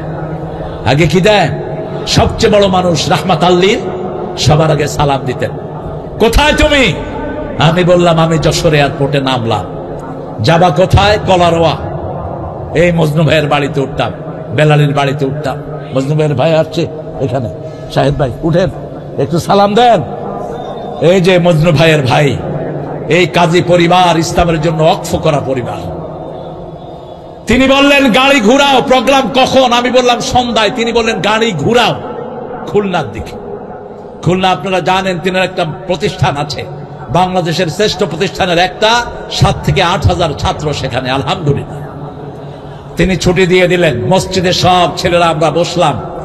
আল্লামা সাইদি আমাকে পিঠে হাত দিয়ে বলবেন, ছেলেরা তোমরা চিনো একে? ছোট্ট ছোট্ট ছেলেরা বলছে, হ্যাঁ আমরা ওনাকে চিনি। তিনি বললেন, তারেক আজকে আমাদেরকে কি শোনাবা? আমি বললাম, চাচা আমি আস্তে আস্তে একটা গানের চিন্তা করে আসছিলাম, একটা গজল, ওটা আপনাকে শোনাবো। অমর শিল্পী তুমি প্রিয় সাইদি, তোমাকে জানাই সালাম। সারাটা জীবন জুড়ে তোমারই প্রেমের সুরে ছড়ালে যে মহান আল্লাহর নাম, তোমাকে জানাই সালাম। অমর শিল্পী তুমি প্রিয় সাইদি, তোমাকে জানাই সালাম। আমি বলছি, গজলটি বলছি, উনি কাঁদছেন বসে বসে। আল্লাহ তাকে সালাম দিয়ে ভরে দিন, বলেন আমিন। হে আল্লাহ, তার কবরটাকে আপনি শান্তি দিয়ে ভরপুর করে দিন। এই মানুষটাকে 13টা বছর এত আক্রমণ করলো, অথচ এই মানুষটার হাতে যত বিধর্মী মুসলমান হয়েছে, বাংলাদেশের ইতিহাসে কারো হাতে এত বিধর্মী মুসলমান হয় নাই। ঠিক না বেঠে? কি করেছ? এই হাত তোমার সাক্ষী দিবে, পা বলবে, হাত যা বলে তা সত্য। ওই যে ডাক্তার বেয়াদব সুই দিয়ে বিষ ঢুকিয়ে দিয়ে যে দুনিয়া থেকে বিদায় করেছে, সে এখনো বহাল তবিয়তেই পিজিতে আছে। কিন্তু ব্যক্তিগত প্রতিশোধ নেয় ইসলাম জায়েজ করে নেই। ইসলাম বলেছে, বিনা বিচারে যদি কোন বিধর্মীকে যদি কেই মারে, কিয়ামতের ময়দানে তাকে আসামির কাঠ গলায় দাঁড় করাবেন কে?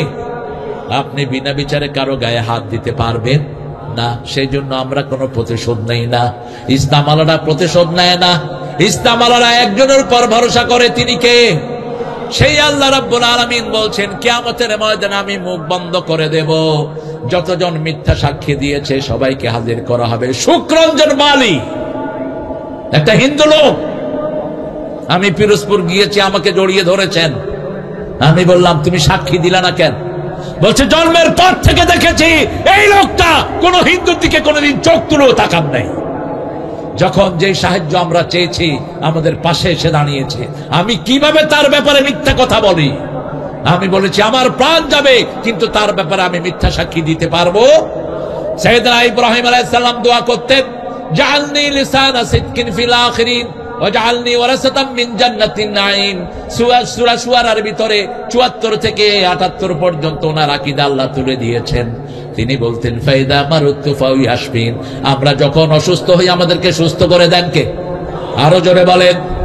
ওয়া ইউতআমুনি ওয়া ইয়াসকিন, আমাদেরকে খাওয়ান কে? আমাদেরকে পরান কে? সব কিছুর মালিক কে? সে আল্লাহ বলছেন, মুখে আমি খাবার তুমি যখন দাও, আমি খাবারকে অনুমতি না দিলে খাবার হজম হয় না। তোমার পেটে যখন খাবার যায় আমার অনুমতির অপেক্ষা করে, আমি যাকে অনুমতি দেই না তার খাবার পেটে পড়ে থাকে। পেটে পড়ে থাকতে থাকতে পেট বড় হয়ে যায়। ঠিক তবে ঠিক। আমি লিভারকে বলি কাজ করবি না, দুনিয়ার কোন ডাক্তার লিভারকে কাজ করানোর ক্ষমতা। এই জন্য যে কোনো কাজের আগে যখন আল্লাহর নাম নেব, আমার কাজটাকে সহজ করে দেন কে? এই জন্যই রাসূল বলেছেন, ইয়া গোলাম সাম্মিল্লাহ, হে গোলাম, খাওয়ার আগে কার নাম? খাওয়ার আগে কার নাম? যে কোনো কাজ করার আগে কার নাম? কারণ আপনি আল্লাহর ইশারা ছাড়া কোনো কাজ করতে পারবেন? বিবিকে বলেছে, বিবি খানা নাও, আমি গোসল করে আসি। স্বামী গোসল করতে গেছে, আর আসে না, আর আসে না। এরকম ঘটনা আছে না নাই? গিয়ে দেখে পুকুর পাড়ে উবত হয়ে মরে আছে। এই জন্য যে কোনো কাজের আগে ইনশাল্লাহ বলাটা ফরজ। ইনশাল্লাহ বলা কি ফরজ? যে কোনো কাজের আগে বিসমিল্লাহ বলা কি ফরজ? না বললে আপনার দুনিয়াও শেষ, আখিরাতও শেষ। আল্লাহ রাব্বুল আলামিন বলছেন, ও ইব্রাহিম, তুমি যা জাদু আমার কাছে করেছো, কিয়ামত পর্যন্ত সত্যবাদী হিসেবে ইব্রাহিম আলাইহিস সালামের নাম আছে না নাই? তিনি দোয়া করেছেন, আল্লাহ আমাকে জান্নাতুল ফেরদাউসের ওয়ারিস বানায়া দেন, জান্নাতুন নাঈমের ওয়ারিস আমাকে বানায়া দেন। আল্লাহ বললেন, যা দোয়া করেছো সব কবুল করে নিয়েছেন কে? মা গররাকা বিরাব্বিকাল কারীম আল্লাযী খালাকাকা ফাসাওয়াকা ফাআদালাকা। আমাদেরকে সৃষ্টি করেছেন কে? শরীরটাকে সুন্দর করে সাজিয়ে দিয়েছেন কে? এই আয়াতের মেয়ারে ইবনে আব্বাস রাদিয়াল্লাহু আনহু বলছেন, আল্লাহ রাব্বুল আলামিনের হাবিবের কাছে, বুখারী মুসলিমের হাদিস, এক লোক এসে বলছে, হুজুর আমার সন্তানটা হয়েছে কালো। আমার সন্তানটা কি হয়েছে? কালো। রাসূল সাল্লাল্লাহু আলাইহি ওয়াসাল্লাম বললেন, তোমার বাড়িতে ওট আছে? বলছে আছে। কি রং? লাল রং। ছেলে ওট? হ্যাঁ ছেলে ওট, লাল রং। মেয়ে ওট, লাল রং।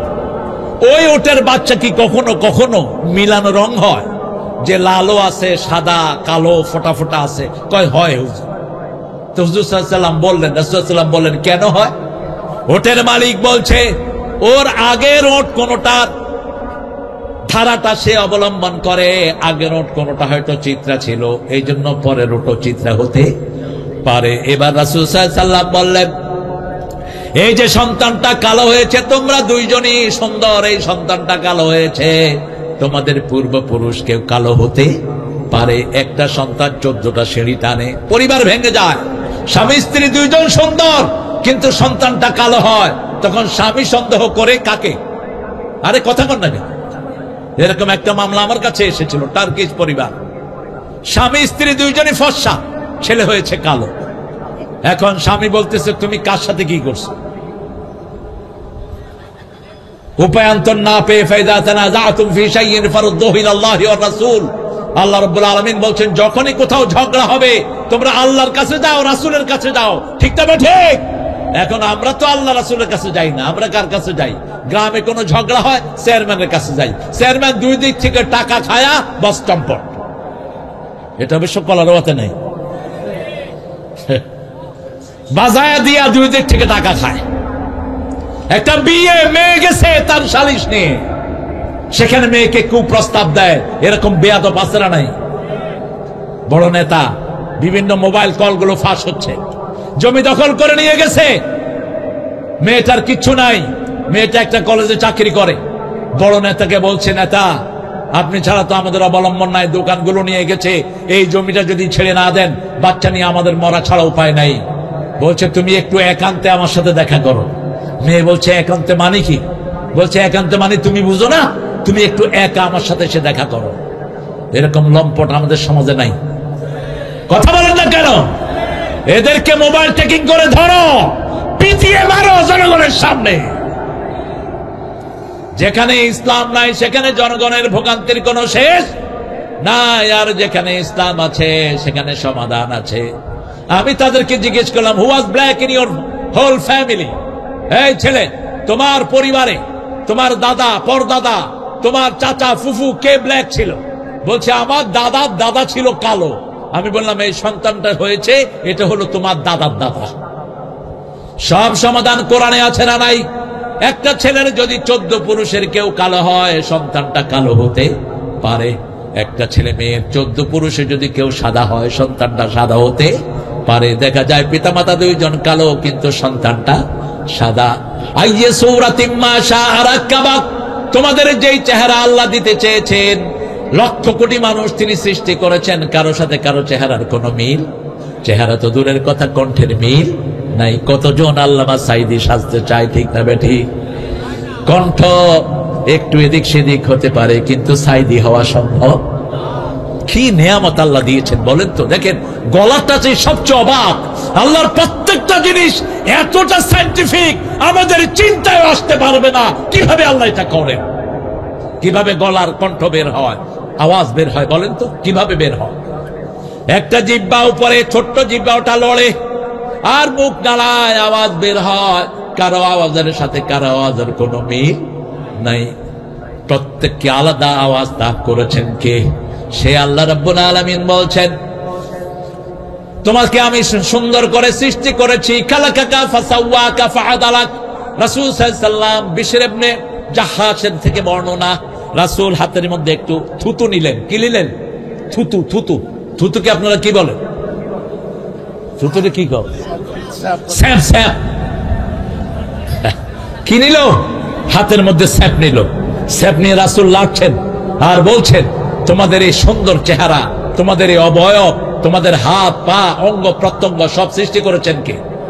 খালাকাকা ফাসাওয়াকা ফাআদালাক ফি আইয়ি সূরাতিন মা শাআ রাক্কাবাক কাল্লা বাল তুকাযযিবুনা বিদ্দিন। তারপরে আল্লাহ বলছেন কখনো নয়, তোমরা আখিরাতের ব্যাপারে মিথ্যা কথা বলো, আখিরাতের ব্যাপারে তোমরা অস্বীকার করো। আমরা বললাম কারা আখিরাতকে অস্বীকার করে?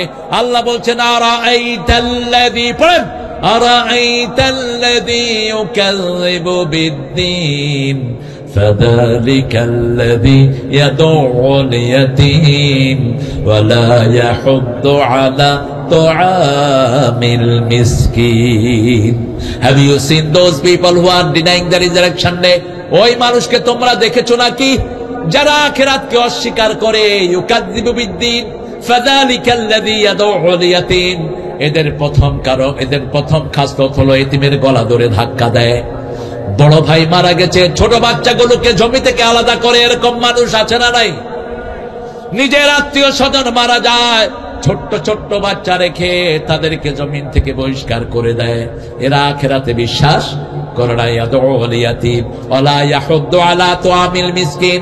মিসকিনদেরকে এরা খাওয়ার দেয় না। মিসকিন আর ফকির এক জিনিস না। মিসকিন হলো বুক ফাটে তো মুখ ফাটে না, তার টাকা দিয়ে মাস চলে না, কিন্তু কাউকে বলতেও পারে না এরা হলো মিসকিন। এরা কি মিসকিন? আর ফকির হলো যার তার সামনে হাত পাতে। ফকিরদের ব্যাপারে আল্লাহ বলেন ওয়ালা ইয়াহুদ্দু আলা তুআমিল মিসকিন ফাওয়াইলুল লিল মুসাল্লিন। এদের মধ্যে ওই নামাজিও আছে যেই নামাজি ফজর ছেড়ে দেয়, যোহর পড়ে, আসর ছেড়ে দেয়, জুমা পড়ে, সারা সপ্তাহে নামাজ পড়ে না। এ সমস্ত মুসল্লিদেরকেও আল্লাহ রাব্বুল আলামিন বলেছেন এরা আখিরাতকে বিশ্বাস করে না। আল্লাহ আমাদেরকে আখিরাতকে বিশ্বাস করার তৌফিক দান করেন। আরো চিৎকার করে বলেন আমিন। আপনার ভিতরে যদি এই খাসলত থেকে থাকে, যদি আপনার ভাইয়ের জমি আপনার আত্মসাৎ করেন, আল্লাহ বলছেন আপনি আখিরাতকে বিশ্বাস করেন না। আপনি এতিমকে ঠকাইছেন, আপনি আপনার ভাবিকে ঠকিয়েছেন, আপনি ছোট্ট ছোট্ট এতিমের জমি নিজের নামে দখল করে নিয়েছেন।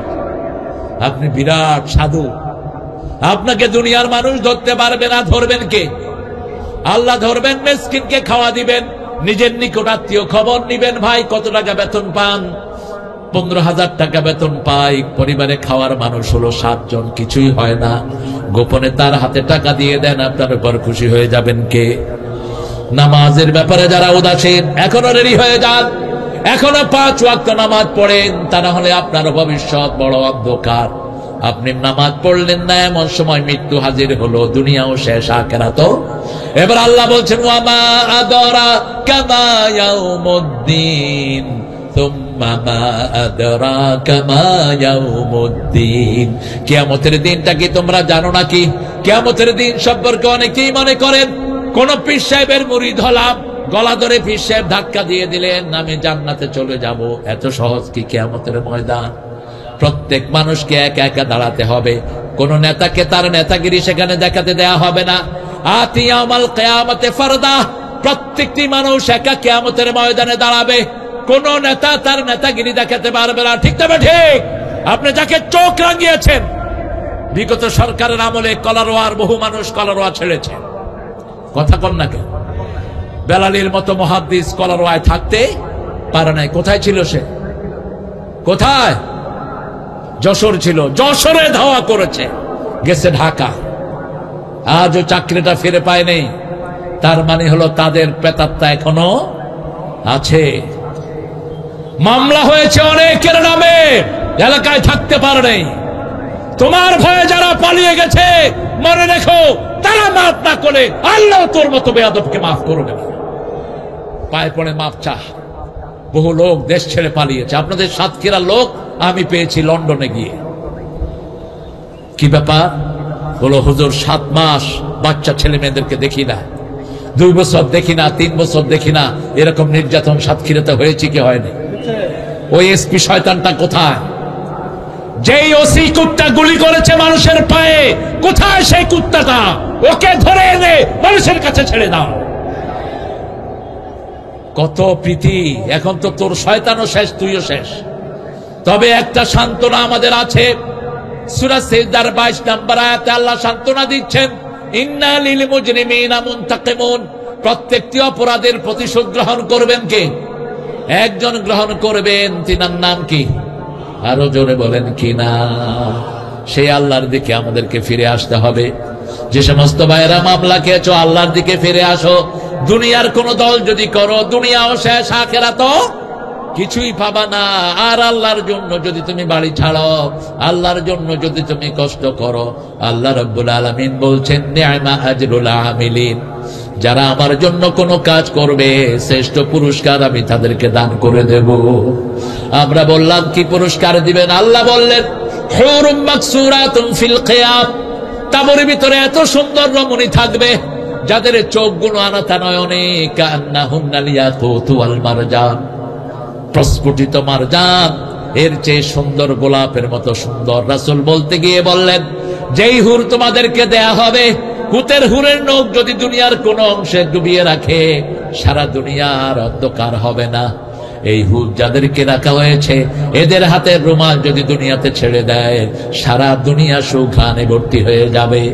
এই জিনিসগুলো পড়বেন। সূরা রহমানে এসেছে, সূরা মুহাম্মদে এসেছে জান্নাতের খাওয়ার বর্ণনা। এই জিনিসগুলো যদি পড়েন, দুনিয়ার কোন পেতনির দিকে আপনার চোখ যাবে না। হুরের যে বর্ণনা এসেছে, আপনি বলেন তো দুনিয়ার কোন রমণী এত সুন্দরী হতে পারে? যাদের শরীরে রক্ত প্রবাহ আপনি সামনে থেকে দেখবেন, এগুলো আল্লাহ রেখেছেন পবিত্র মানুষের জন্য। ঠিক না? ঠিক। আত-তাইয়্যিবুনা লিত-তাইয়্যিবাত আল খাবিসুনা লিল খাবিসাত। 14 জনের সাথে লাইন করবি। আল্লাহ বলছেন আয-যানিয়াতু লিয-যানি, তোর জন্য জিনাকারণী আমি রেখে দিয়েছি। তুই ইন্টারনেটে লাইন করস অথবা বাস্তবে কোনো মেয়ের জীবন নষ্ট করস, তোর জন্য কোনো পবিত্র নারী হবে না, তোর জন্য মুশরিকা হবে এবং জিনাকারণী হবে। আর যদি গোপনে তুমি পবিত্র থাকো, তোমার জন্য পবিত্র মানুষের ব্যবস্থা করে দিবেন কে? আল্লাহ রাব্বুল আলামিন ব্যবস্থা করে দিবেন। নিউ ইয়র্কে একটা ঘটনা ঘটেছে। লিফটে উঠেছে ইংরেজি 2টা মেয়ে আর একটা মুসলমান ছেলে। এটা বহু পত্র পত্রিকায় এসেছে। মুসলমান ছেলেটি যখনই দেখলো 2টা মেয়ে ঢুকেছে লিফটে, দৃষ্টিটা নিচের দিকে। কোন দিকে? কথা কন না কেন? আমরা যখনই কোনো মেয়ে দেখবো কোন দিকে তাকাবো? পোলাপানে কোত্থেকে মাস্টার শিখছে, কয় হুজুর একবার তো দেখা যায় জি আছে। আরে ছাগল কোথাকার, একবার দেখা যায় কোথায় পেয়েছো? লহমা, তুমি যখন দেখলা কোন মেয়ে, সাথে সাথে দৃষ্টি নিচের দিকে নামাও আর পড়ো আউযু বিল্লাহি মিনাশ শাইতানির রাজিম বিসমিল্লাহির রহমানির রহিম। বাস এটা পড়তে থাকো। ওই ছেলে নিচের দিকে তাকিয়ে আছে, একটা বারের মতো চোখ তুলে উপরে তাকায় নেই। মেয়ে 2টা যখন নামছে জিজ্ঞেস করছে হোয়াটস ইউর আইডেন্টিটি, তোমার পরিচয় কি? ছেলে বলছে আমি মুসলমান। সুবহানাল্লাহ বলতে ইচ্ছা করে না? আমি কি মুসলমান? Why staring in the floor, তুমি কেন নিচের দিকে তাকিয়েছিলে? সে বলছে আমি একমাত্র আমার বিবি, আমার মেয়ে ছাড়া অন্য কারো দিকে দৃষ্টি দেয়া যায়? আমার মেয়ের দিকে আমি স্নেহের নজরে দেখবো, সওয়াব দিবেন কে? আমার মায়ের দিকে আমি সম্মানের নজরে দেখবো, সওয়াব দিবেন কে? আমার বিবির দিকে আমি তাকাবো, আমার চোখের গুনাহ মাফ করে দিবেন কে? অবাক হয়ে গেল ওরা। বলছে এই যুগে এরকম ছেলে সম্ভব? ছেলের অ্যাড্রেস নিয়েছে। অ্যাড্রেস নিয়ে মেয়ে বলছে আমি তোমার ধর্ম গ্রহণ করব তোমার মতো একটা লজ্জাশীল ছেলেকে বিয়ে করার জন্য। সুবহানাল্লাহ, বেশি জোরে হলো না? এবার শুনেন 1400 বছর আগে রাসূলের ঘটনা। এক মহিলা এসে বলছে ইয়া মুহাম্মদ জাওয়িজনি, হে মুহাম্মদ আমাকে বিয়ে করো। এখন তো আমাদের হুজুররা মেডিকেল হলে ক্লাস করে, পাইছো কি মিয়া? হ্যাঁ, তোমাকে কে দিয়েছে লিবার্টি? শুধু মেয়েদেরকে নিয়ে তুমি ক্লাস করবা? পর্দা মুসলমানদের জন্য কি? আরে কথা বল না কেন? আপনার প্রাইভেট সেক্রেটারি মহিলা রেখেছেন, আপনি বেঈমান। আপনি 24 ঘন্টা এক মেয়ের সাথে বসে থাকেন, আপনার ঈমান শেষ। রাস্তাঘাটে বাস দেখতেছেন সব, চোখের হেফাজত করেন। রাসূলকে এসে বলছেন জাওয়িজনি ইয়া মুহাম্মদ, মুহাম্মদ আমাকে বিয়ে করেন। রাসূল নিচের দিকে তাকিয়ে আছেন। মহিলা আবার বলছে আমাকে বিয়ে করেন। রাসূল নিচের দিকে তাকানো। সাল্লাল্লাহু, এই পৃথিবীর সমস্ত মানুষের লজ্জা একত্রিত করলেও রাসূলের লজ্জা সমান হবে না। তিনি ছিলেন সবচেয়ে লজ্জাশীল ব্যক্তি, আসাদ্দু হায়াত, সবচেয়ে লজ্জাশীল ছিলেন তিনি। একজন গরিব সাহাবী রাসূলের পাশে বসা এসে বলছেন ইয়া রাসূলুল্লাহ, আপনি যদি বিয়ে না করেন আমারে, করায়া দেন। বুঝছেন নাই? এটারে আমার লগে করায়া দেন। রাসূল বলছেন মোহরানা কি দিবি? শরীর ছাড়া কিছুই নাই। বিয়ের আগে মোহরানা, বিয়ের পরে ওই স্বামীর মেয়ের শ্বশুরের কাছ থেকে, মেয়ের বাপের কাছ থেকে লোন নেওয়া ইসলাম জায়েজ করে নেই। আপনি লোন চাইতে পারবেন না শ্বশুরের কাছে। লোন চাওয়া মানে হলো আপনি তাকে চাপে রাখা, আপনি এক রকমের যৌতুক চাওয়া। আপনি একটা সুইও তার কাছে চাইতে পারবেন না। আমাদের দেশে এটা আছে না নাই? অবশ্য সাতক্ষীরার লোকদের তো যৌতুক নাই, এটা একটা ভালো জিনিস। হ্যাঁ, কেমনে চিন্তা করো তুমি একদম জান্নাতি হয়ে যাবা? ওই মহিলা মাফ না করলে আল্লাহ তোমার মাফ করবে না। মোহরানা ফরজ। ওয়াতুন নিসা সাদুকাতিহিন্না নিহলা ওয়াতুহুন্না উজুরাহুন্না ফরিদা। আল্লাহ বলেন ফরজ হিসাবে আদায় করো। ফরজ। কোন নবী মোহরানা না দিয়ে বিয়ে করেন, একজন নবীও না। রাসূল সাল্লাল্লাহু আলাইহি ওয়াসাল্লাম কোনদিন কোন বিয়ে পড়ান নাই মোহরানা আদায় করা ছাড়া। নিজে 11টা 13টা বিয়ে করেছেন মোট, সবগুলো বিয়ের আগে মোহরানা আদায় করেছেন। সবচেয়ে বেশি মোহরানা দিয়েছেন মা খাদিজাতুল কুবরাকে, কারণ ওনার দাম বেশি, ওনার মোহরানাও 19টা তাজা ওট ওনার মোহরানা আদায় করেছেন। সেজন্য আল্লাহ রাব্বুল আলামিন বলেছেন ওই দিন কিয়ামতের দিন, হিসাবের দিন, প্রত্যেক মানুষকে আল্লাহ রাব্বুল আলামিন হিসাবের কাঠ গড়ায় দাঁড় করাবেন। কারো থেকে আল্লাহ হিসাব চাইবেন না, বলবেন ইকরা কিতাবাক কাফা বিনাফসিকা লিয়াউমা আলাইকা হাসিবা। You read your book, you are enough to take your accountability. ঠাই নাই ছোট সেতরে তোমারে সোনার থানে গিয়েছে ভরি। কি কি আমল তুমি করেছো তুমি নিজেই পড়ো, তুমি নিজেই পড়ে নিজের সিদ্ধান্তটা তুমি নিজে নাও। কি আমল তুমি করেছো? আপনার জীবনের সব আমলগুলো চোখের সামনে চলে আসবে। রাসূল সাল্লাল্লাহু আলাইহি ওয়াসাল্লাম বলছেন আমা আদরাকা মা ইয়াউমুদ্দিন সুম্মা মা আদরাকা মা ইয়াউমুদ্দিন ইয়াউমা লা তামলিকু নাফসুন লিনাফসিন শাইআ। কোন মানুষ কোন মানুষের মালিক হবে না, সবকিছুর মালিক কে? আরো জোরে বলেন কে? রোজ হাসরে আল্লাহ আমার করোনা বিচার, আল্লাহ করোনা বিচার। বলেন রোজ হাসরে আল্লাহ আমার করোনা বিচার, আল্লাহ করোনা বিচার। বিচার চাহে না তব দয়া চাহে গুনাহগার, আল্লাহ করোনা বিচার। বলি আমিন। আরো চিৎকার করে বলে আমিন।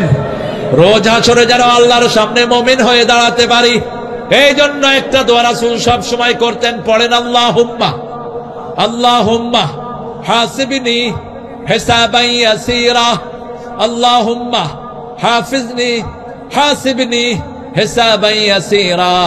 আল্লাহ রাব্বুল আলামিন বলছেন আম্মা মান উতিয়া কিতাবাহু বিয়ামিনিহি ফাসাউফা ইউহাসাবু হিসাবান ইয়াসীরা ওয়া ইয়ানকালিবু ইলা আহলিহি মাসরুরা। যার ডান হাতে আমলনামা দেয়া হবে তাকে বিনা হিসাবে জান্নাত দান করে দিবেন কে? সেই আল্লাহর কাছে চাইতে হবে, আল্লাহ আমার হিসাবটা সহজ করে দেন।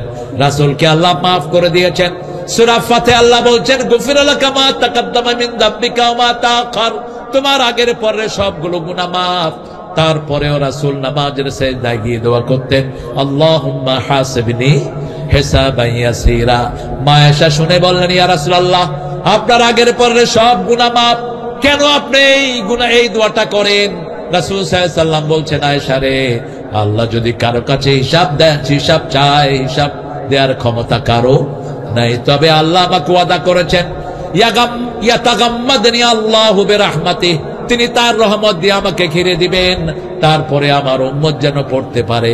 এই জন্য আমি দোয়াটা পড়ছি আল্লাহুম্মা, পড়েন আল্লাহুম্মা হাসিবনি হিসাবান ইয়াসীরা ওয়া মা আদরাকা মা ইয়াউমুদ্দিন সুম্মা মা আদরাকা মা ইয়াউমুদ্দিন ইয়াওমা লা তামলিকু নাফসুন লিনাফসিন শাইআ ওয়াল আমরু ইয়াওমাইযিন লিল্লাহ। সেই দিনের হিসাব দেওয়ার আগে নিজের হিসাব নিজে করে নাও। এমন দল করব না যেই দলে কোনো আখিরাতের কাজ নাই, এমন দল করব না যেই দলে নামাজ নাই, এমন দল করব না যেই দলে কোরআন তেলাওয়াত নাই, নিজের জবাবদিহিতা নাই। ঠিক না ঠিক? এমন দল করতে হবে যেই দলের নেতাও নামাজি, কর্মীও নামাজি, নেতাও আল্লাহকে ভয় পায়, কর্মীও আল্লাহকে ভয় পায়। আল্লামা সাইদি কি ছিলেন বলেন তো?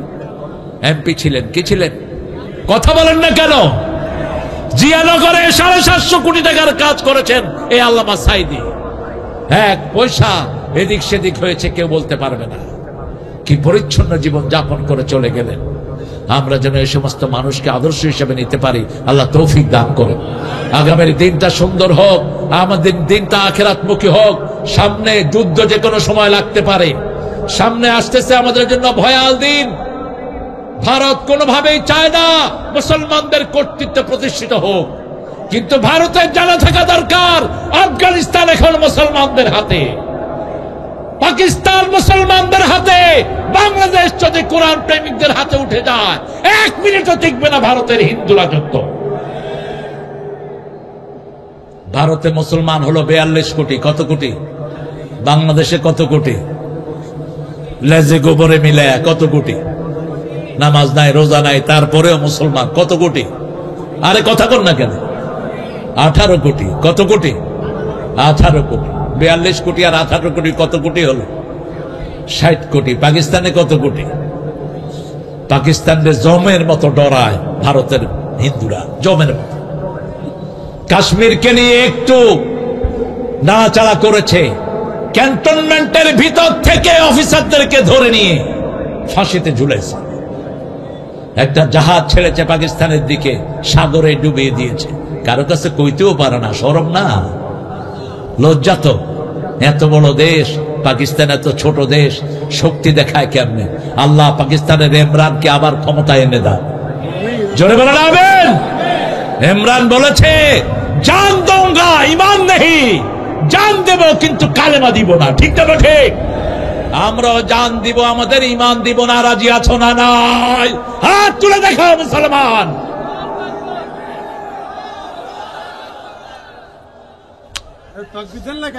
নারায়ে তাকবীর, নারায়ে তাকবীর, লিল্লাহিল আলমিন। কোরআন আছে যেখানে। আপনারা ভালো আছেন তো? আপনাদের অবস্থা দেখে তো আমার মনে হচ্ছে না আপনারা ভালো আছেন। হ্যাঁ না, কলারোয়া, প্রাণের কলারোয়া। আহারে, সাইদি সাহেব এই মাঠে বললে রাজি হয়ে যেতেন। আমার খুব ভালো মনে আছে, বেলালিত প্রধান সাক্ষী। হ্যাঁ, 2 বার জোহর থেকে আসর লক্ষ লক্ষ কলারোয়ার লোকেরা প্রাণ খুলে দিল তার জন্য। আল্লাহ রাব্বুল আলামিন কলারোয়ার প্রত্যেকটি পরিবারকে আপনি কবুল করুন। কলারোয়ার প্রত্যেকটি ঘরকে কোরআনের ঘর বানিয়ে দেন। আমাদের হাবিব ভাইকে আপনি কোরআনের নেতা বানিয়ে দেন। ইজ্জতুল্লাহকে কোরআনের জন্য কবুল করেন। যত নেতা আছে সবাইকে কোরআনের প্রেমিক করে দেন। এই স্টেজে আওয়ামী লীগের এমপি বসে তাফসীর শুনেছে, কি নাম জানি? হ্যাঁ, নজরুল সাহেব। নজরুল সাহেব, তিনি নজরুলের প্রেমিক ছিলেন। আমাকে শুধু বলতেন একটু নজরুলের গজলগুলো আপনি এর। হ্যাঁ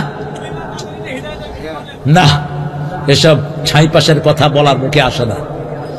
বহু বড় বড় জিনিস আছে, কোন ফুটকারে চিনে কে গোড়ার দিক।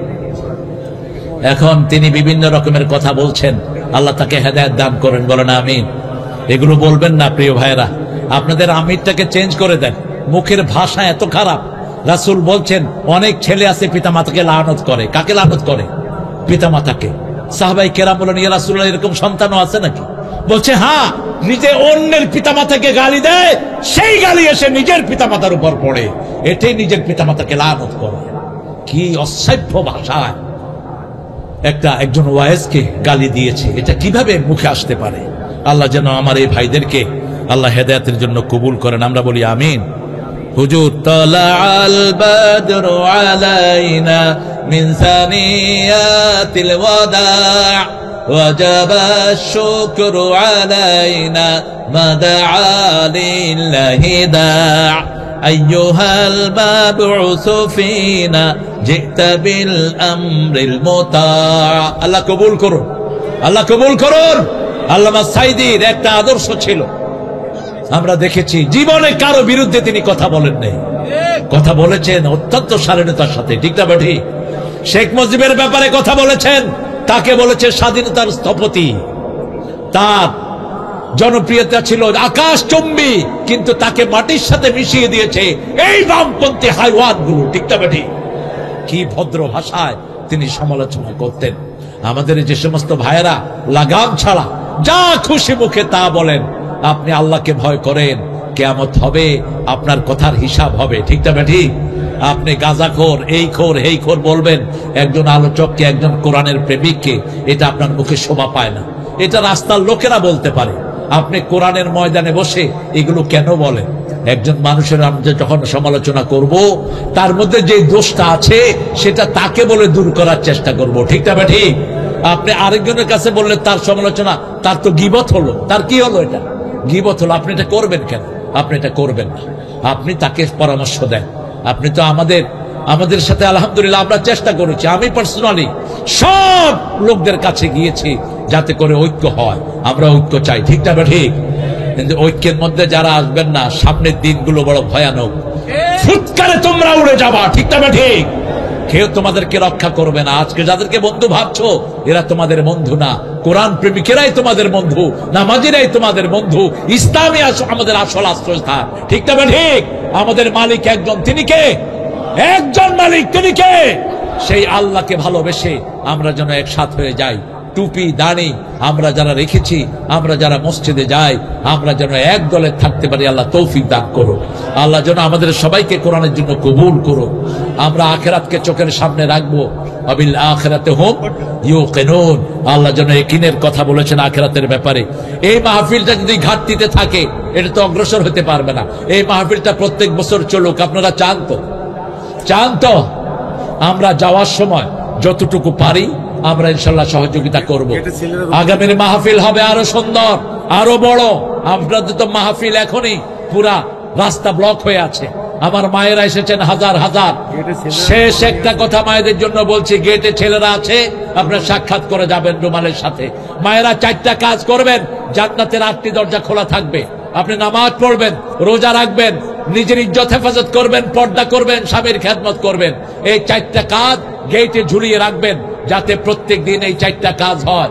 আর আমার প্রিয় ভাইয়েরা, আজানের সাথে সাথে 5টা আমল আপনারা করবেন। আপনারা উঠলেন কেন? এটা তো আমি ভালোভাবে নিলাম না, আমি তো ভালোভাবে নিলাম না। এটা বসেন, উঠলেন কেন আপনারা?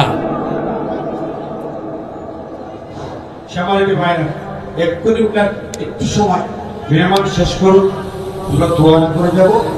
একটু বসুন ভাইরা, পড়েন সুবহানাকা, পড়েন সুবহানাকা আল্লাহুম্মা ওয়া বিহামদিক আশহাদু আন লা ইলাহা ইল্লা আনতা আস্তাগফিরুকা ওয়া আতুবু ইলাইক। বেলালে কিছু কথা বললে বলো, এরপর আমরা দোয়া করব। ভাইরা মেহরবানি করে আপনারা 2 মিনিট সবাই মনোযোগ দিয়ে শুনুন। প্রথম কথা হচ্ছে, আগামীকাল আমাদের এখানে অনুষ্ঠান আছে না নাই? কাল প্রোগ্রাম আছে না? সর্বশেষ দিন সংস্কৃতি দিবস, ইসলামের সংস্কৃতি উৎসব। আমাদের ঢাকা থেকে শিল্পী ওবায়দুল্লাহ তারেক, বকরাবের শিল্পী বদরুজ্জামানের গুরু, তারপরে বদরুজ্জামান, ঢাকা থেকে খান সাহেব, হাফু সহ পরে আমাদের অনুষ্ঠান শুরু হবে। কাজে আপনারা সবাই এখানে এসে মাগরিব পড়বেন আগামীকাল ইনশাআল্লাহ। প্রথম কথা হচ্ছে, আপনারা আমাদের অনেক টাকা এখন এই বিশাল আয়োজন করতে আমরা হিমশিম খেয়ে গেছি। আপনারা অনেকে হয়তো তখন আসেন নাই, আমাদের দিয়েছেন। যাওয়ার সময় কেটে সেটা রুমাল নিয়ে আছে, অবশ্যই আপনারা রুমালের যা সম্ভব নিয়ে যাবেন ইনশাআল্লাহ। সম্মানিত ভাইরা, আগামীকালের আমন্ত্রণ জানিয়ে আজকে আমরা বিদায় নিচ্ছি। এখন এই মুহূর্তে দোয়া করবেন। আমাদেরকে এই মাহফিল আয়োজনে যারা দুনিয়া থেকে বিদায় নিয়ে চলে গেছেন, সে মরহুম কাজী মজনু ভাই, মরহুম আব্দুল সাত্তার সহ অনেকে চলে গেছেন, তাদের জন্য তো হবে। আমাদের জাহিদ ভাই তার আমরা কিছুদিন আগে বেঁধে নিয়েছেন, দোয়া চেয়েছেন, এভাবে অনেকেই দোয়া চেয়েছেন, সকলের জন্য দোয়া হবে ইনশাআল্লাহ। আমাদের সদস্য ভাই আব্বা চলে গেছেন, তার জন্য দোয়া হবে। তো সবার জন্য দোয়া করবেন, আমাদের পিতা মাতার জন্য দোয়া হবে না? আমরা দোয়া করে যাই, মেহরবানি করে যারা যেখানে আছেন দোয়া শরীক হবেন এবং আমাদের সবাই মিলে দোয়া করছেন আমাদের কাঙ্ক্ষিত মেহমান যার তাফসীর শুনে আমরা প্রাণ ভরে গেছে, আমাদের হৃদয় জুড়ে গেছে। আপনাদের কি মনে হচ্ছে? কে এই মাহফিল আমরা আগামী বছর চাই কি চাই না? জোরে বলুন, চাই কি চাই না?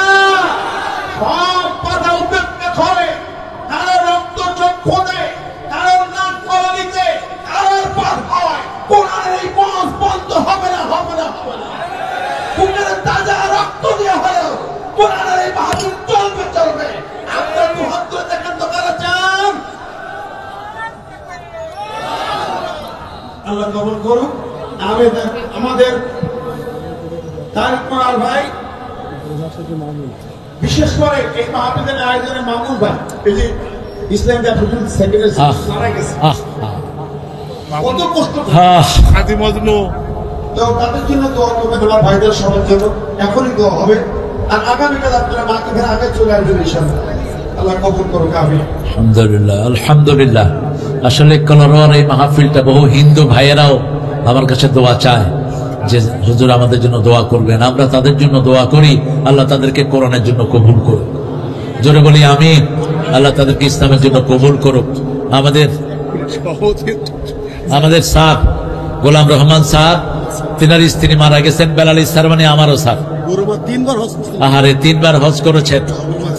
স্যারের স্ত্রী মারা গেছেন, স্বামী রেখে স্ত্রী যখন মারা যায় সেই স্ত্রী সৌভাগ্যবতী, অন্যদিকে স্বামী সর্বহারা হয়ে যায়, স্বামীর জন্য আরেকজন সঙ্গিনীর দরকার হয়ে যায়।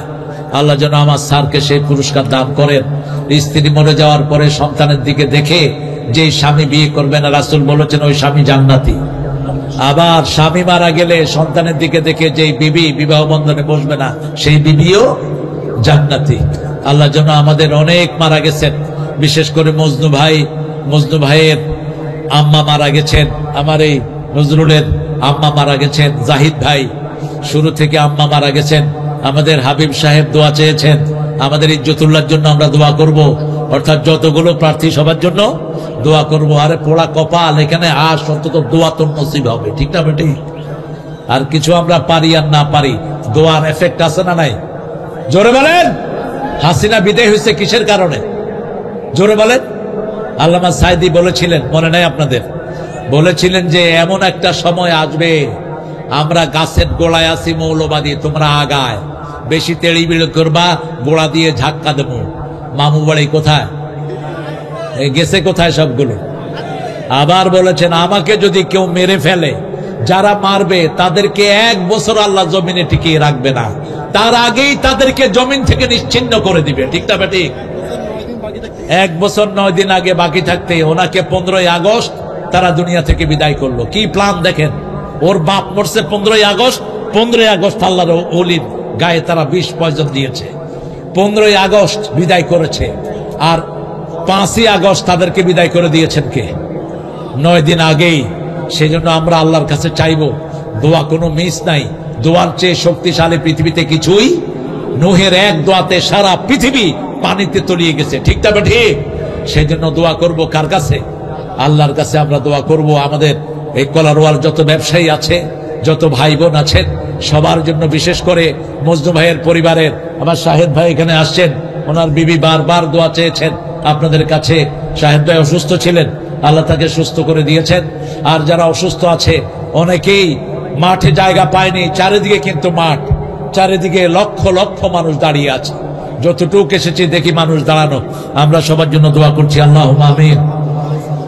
لا إله إلا هو الحي القيوم لا تأخذه سنة ولا نوم له ما في السماوات وما في الأرض من ذا الذي يشفع عنده إلا بإذنه يعلم ما بين أيديهم وما خلفهم ولا يحيطون بشيء من علمه إلا بما شاء وسع كرسيه السماوات والأرض لا يؤوده حفظهما وهو العلي العظيم يا حنان يا حي يا قيوم برحمتك نستغيث أصلح لنا شأننا كله ولا تكلنا إلى أنفسنا طرفة عين اللهم صل وسلم على نبينا محمد وعلى آله وصحبه وبارك وسلم ربنا ظلمنا أنفسنا وإن لم تغفر لنا وترحمنا لنكونن من الخاسرين ربنا آتنا في الدنيا حسنة وفي الآخرة حسنة وقنا عذاب النار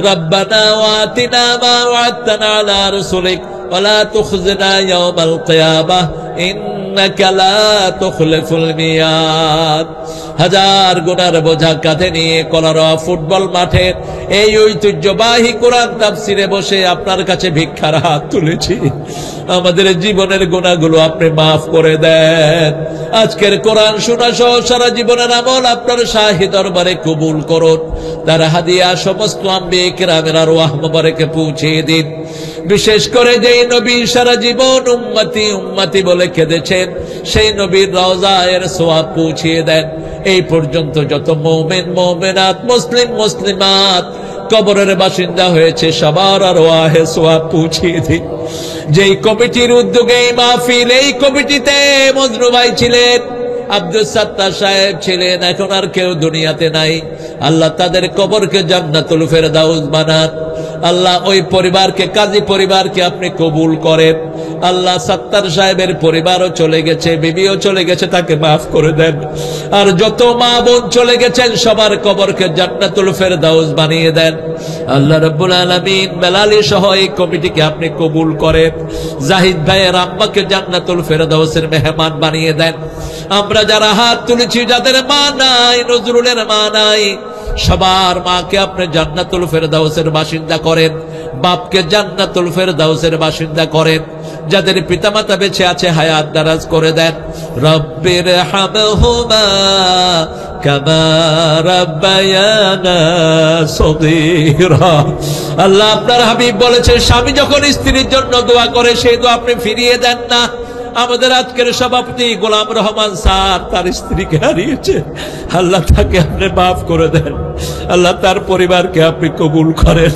আল্লাহ যত ভাই দোয়া চেয়েছে সবার জীবনের গুনাহ মাফ করে দেন কলারোয়ার প্রত্যেকটি ঘরকে আপনি কোরআনের ঘর বানিয়ে দেন হিন্দু ভাই বোনদেরকে কোরআনের জন্য কবুল করেন তাদের দুঃখ দুর্দশা আপনি দূর করে দেন আল্লাহ হাবিব ভাই দোয়া চেয়েছেন হাবিব ভাইকে আপনি কবুল করেন ইজ্জতুল্লাহকে আপনি কবুল করেন আল্লাহ যত নেতা আছে সবাইকে কোরআনের জন্য কবুল করেন আল্লাহ বেলালীর জন্য যেই কষ্টকর এই প্রতিষ্ঠানটা জোগাড় দেয়া আল্লাহ তার সব কষ্ট আপনি দূর করে দেন আল্লাহ মর্যাদার শ্রেষ্ঠ আসীনে তাকে আপনি আসীন করেন তার একরা স্কুলকে সারা দুনিয়ায় আপনি ছড়িয়ে দেন আল্লাহ রাব্বুল আলামিন তার আম্মার হায়াতকে আপনি দারাজ করে দেন সমস্ত অসুস্থতা দূর করে দেন যত রাতে আমি আর বেলালী ফিরে আসতাম তাফসীর করে রাস্তায় তার আব্বা দাঁড়িয়ে থাকতেন আল্লাহ তার আব্বার কবরকে জান্নাতুল ফেরদাউস বানান আল্লাহ তার দুইটা ছেলেকে আপনি চক্ষু শীতলকারী বানিয়ে দেন তার মেয়েটাকে আপনি দুনিয়া আখিরাতের শ্রেষ্ঠ রমণী বানিয়ে দেন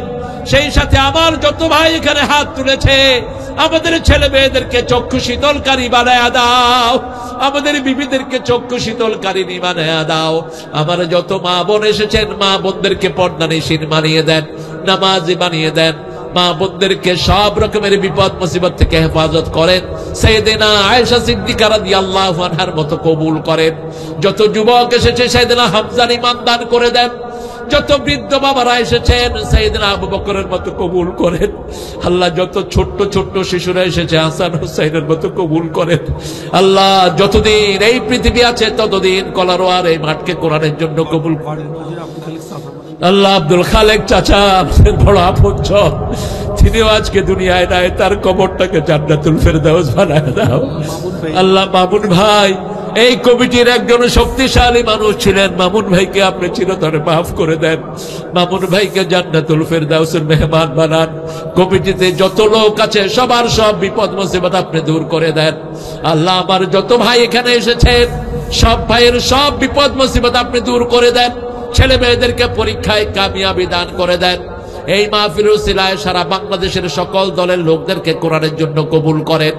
পুলিশের এসপি ও সিডিসি সমস্ত পুলিশ আর বিডিআরকে ইসলামের জন্য কবুল করেন। আল্লাহ, জানি না কার জানাজার কাপড় দোকানে এসেছে, জানি না কার জীবনের শেষ মুনাজাত এই মুনাজাত। শাহাদাতের মওত আমাদের নসিব করো। কালকের প্রোগ্রামটাকে তোমার রহমত দিয়ে কামিয়াবি করে দাও। যতটুকু কমতি আছে তোমার রহমত দিয়ে মালামাল করে দাও। মৃত্যুর সময় আমাদের সবার জবানে জারি করে দিও লা ইলাহা ইল্লাল্লাহু মুহাম্মাদুর রাসূলুল্লাহ।